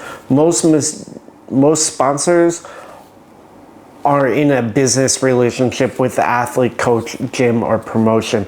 They are investing time and resources in order to get a return back of some sort. Why? Because sports is a form of marketing. A lot of people go and watch sports. You look at the number of people that will sit out in the freezing cold for NFL games. And so there is a ton of advertisement around the NFL. You look at other major sports like the NBA, basketball, F1, baseball, rugby. There's a lot of advertising in it. So there's a few different steps in terms of sponsorships or how to get into a business relationship in my experience. One is you are a customer. So first, say Fairtex. You go buy Fairtex gloves. You are a customer, you have a customer experience. Next is you are an advocate. You buy the Fairtex gloves, you say how amazing they are. Maybe Fairtex notices that, thinks, oh, this is a worthwhile investment. They give you some gloves. The next is an affiliate. So for Fairtex, they give you gloves. You promote them on your social media or your marketing platforms at your gym, and they give you a discount of some sort. It's an affiliate relationship. The last one is sponsored, where now Fairtex is paying you in order to wear the gloves to promote the brand. And there's a lot of really great things about being sponsored. You get to grow with another company or gym. There's also bad things, of course, if the relationship sours. One of the major things is if the values don't align, if your values to promote the sport in this way don't align with this sponsored company because they're going in a different direction. A lot of sponsorship is relationship management as well, making sure people's expectations are clear and that they are met. So for instance, if I say, hey, I will sponsor you, I will give you this money to get new shoes, but I want you to post about the new shoes 3 times in next week. Okay, you did it, great. Oh, you didn't do it, okay, we have a problem now. There are some major bonuses to sponsoring in Muay Thai. Why? Because the sport is growing very, very fast, but people that sponsor athletes and events can have a major impact. So, for instance, if I put money into a basketball athlete, it would take a lot of money in order to make a significant difference to that basketball athlete's performance or their ability to get to games or to really make a difference in their career. However, I can put that same money into, say, a Muay Thai fighter and get a much bigger result. So let's talk about hard numbers. If I invest $1,000 into, say, a professional NBA player, what am I going to get out of that? Are they going to perform better? Are they going to be able to play more games? Are they going to be able to wear nicer shoes? I really don't see that. However, I know if I put $1,000 into a professional Muay Thai fighter, that means they can probably fly abroad and get a fight. They can actually fight more, or they can buy new equipment, basically a complete new set of equipment. or they can get a nutritionist for a month, which will help them make weight. So this money has a much bigger impact. And you see that with professional businesses as well, like Quest Infrastructure in Australia. They've been long-term investors in the sport because, as Steve Hull has said, he knows that when he invests in the sport, he can make a massive impact with just a little bit of money. So that's Steve and some businesses thinking very, very smart about their money and how much impact they can have per dollar that they spend. Because like I said before, sponsorship is a business relationship, and they are thinking, oh, if I put a little bit of money into this sport, my marketing value is much higher than if I put this little bit of money into this other sport. The marketing value or return on investment is just a little. Gyms are businesses, and if you understand the basics of business and how they work, you can make more money, you can grow your business, and or you can be a smarter, better fighter. So there are 4 basic numbers that you need to know for the gym business. This is the number of leads you're getting, the number of appointments you're setting, your intros and conversions. So this is sort of the pipeline or the sales process to turn someone from, hey, I found out about your gym, into a paying customer. So your leads are just people finding out about your sales, your services, about your gym. The appointment is these people that know about you now call you, they contact you, and they say, hey, I want to come in, I'm interested. The next is an intro, where they're actually coming in to try your product or your service. They're trying your gym, and your conversion is they're actually signing up and paying on a regular basis. So it's a very simple math in this pipeline, and it looks generally like a pyramid. So you have 100 leads. Then of those 100 people, there's always some drop off. So you have 80 appointments, and that turns into 60 people showing up for your intros, and then 40 people converting. So that means you know that if you want 40 more members at your gym, you need 100 leads. If you want 200 or if you want 80 more members at your gym, you need 200 leads. So it goes right up if your funnel and your pathway is fixed correctly. Of course, there can be problems. For instance, let's say you have 100 leads, 80 intros, 60 or 100 leads, 80 appointments, 60 intros, and then only 10 conversions. That means you have a problem between your intro to conversion. Somewhere there's a problem with turning these people from the intro into paid customers. Usually it's a problem with the intro experience itself or how you're selling these people. If you understand these numbers, you'll have a better understanding of how your business works and how to get more people to become paying customers. Of course, along with becoming a paying customer is retention. You know, the average retention, my understanding, is about 3 to 6 months for most martial arts gyms. That means, you know, some people are only going to stay a month or two, other people are going to stay a year, but the average is about that 3 to 6 month period. So you spend all this money getting the lead, getting the appointment, getting the intro, and then converting them. How can you retain them longer? The BJJ system decided to retain people longer by building a belt system. Same as in karate and other sports. In Muay Thai, some gyms do that, but there are different ways to retain people. By having events, by building a community. This is why doing customer highlights is so important, and to track people's progress. along with retention is understanding your average customer value.